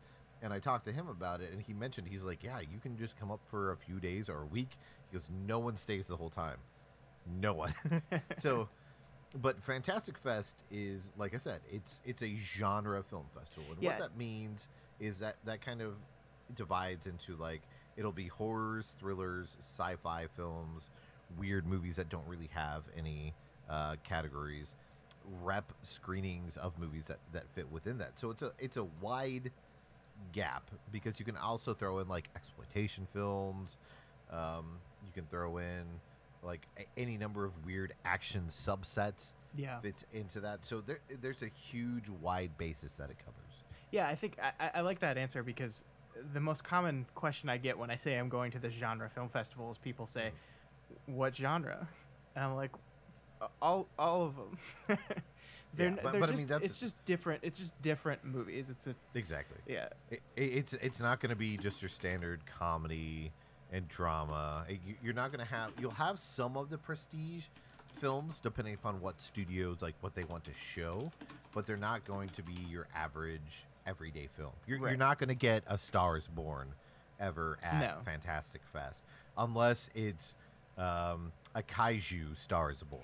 right. The big prestige movies that play at the Fantastic Fest are always the weirder ones. Like Shape of Water would be a movie that it didn't play last year, but it would have if. Well, if I mean, they had you can.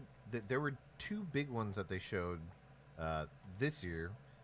In Destroyer, which is it's going to be big because, of course, it's Nicole Kidman. Yeah. In a serious role, but it was directed by Karen Kusama, who had been at the film festival before with Initiation a couple years ago, and she of course did Jennifer's Body and did a segment of XX.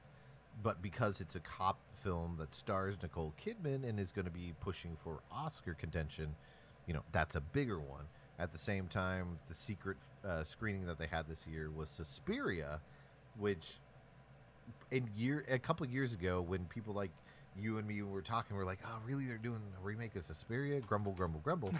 well, that was before the director had Call Me By Your Name come out. Yeah. And since he did that movie, and that movie won numerous awards, was in the theaters forever, and everybody knows about it, you now have his follow-up that has music by Tom York, that stars Dakota Johnson and Tilda Swinton, and all of a sudden you have a horror film that takes on kind of a new life when you move in to that award season. Yeah, I completely agree, and that's actually Suspiria was one of my favorite films at the festival. So I guess let's just move into that. Let's talk about some of the movies we saw.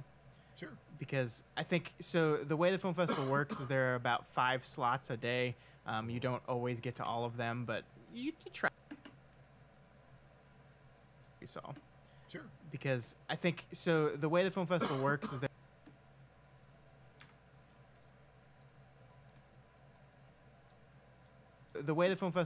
there are about 5 slots a day. You don't always get to all of them, but you try to. So you end up seeing 30 movies over the course of the 7 days that the festival's going on, give or take. I believe it's 37 slots. Yeah. 37 spots to see movies. Yeah. And I think I skipped 2 this year, and then one of them I saw short. Whoa. Someone just breathed into their mic big time. I think I skipped 2 this year. That's crazy.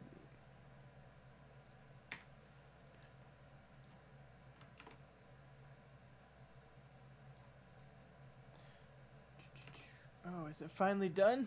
Yes. Now, there's just too many underlying.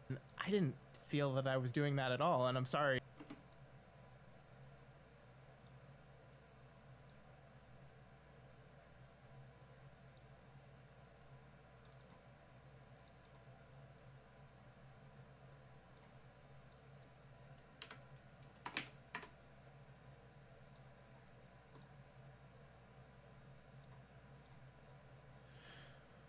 Oh, man.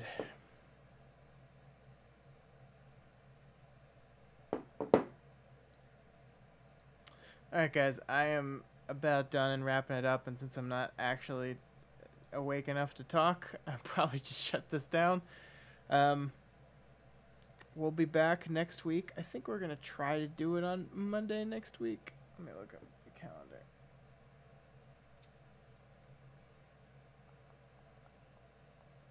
Wait, Monday's Columbus Day. Probably not then. I don't have off work, but my wife does. So she's probably going to want me to do something that night. But yeah, we'll let you know when we're back. Thanks for hanging out. It's fun as always. Hope you guys enjoyed the episode.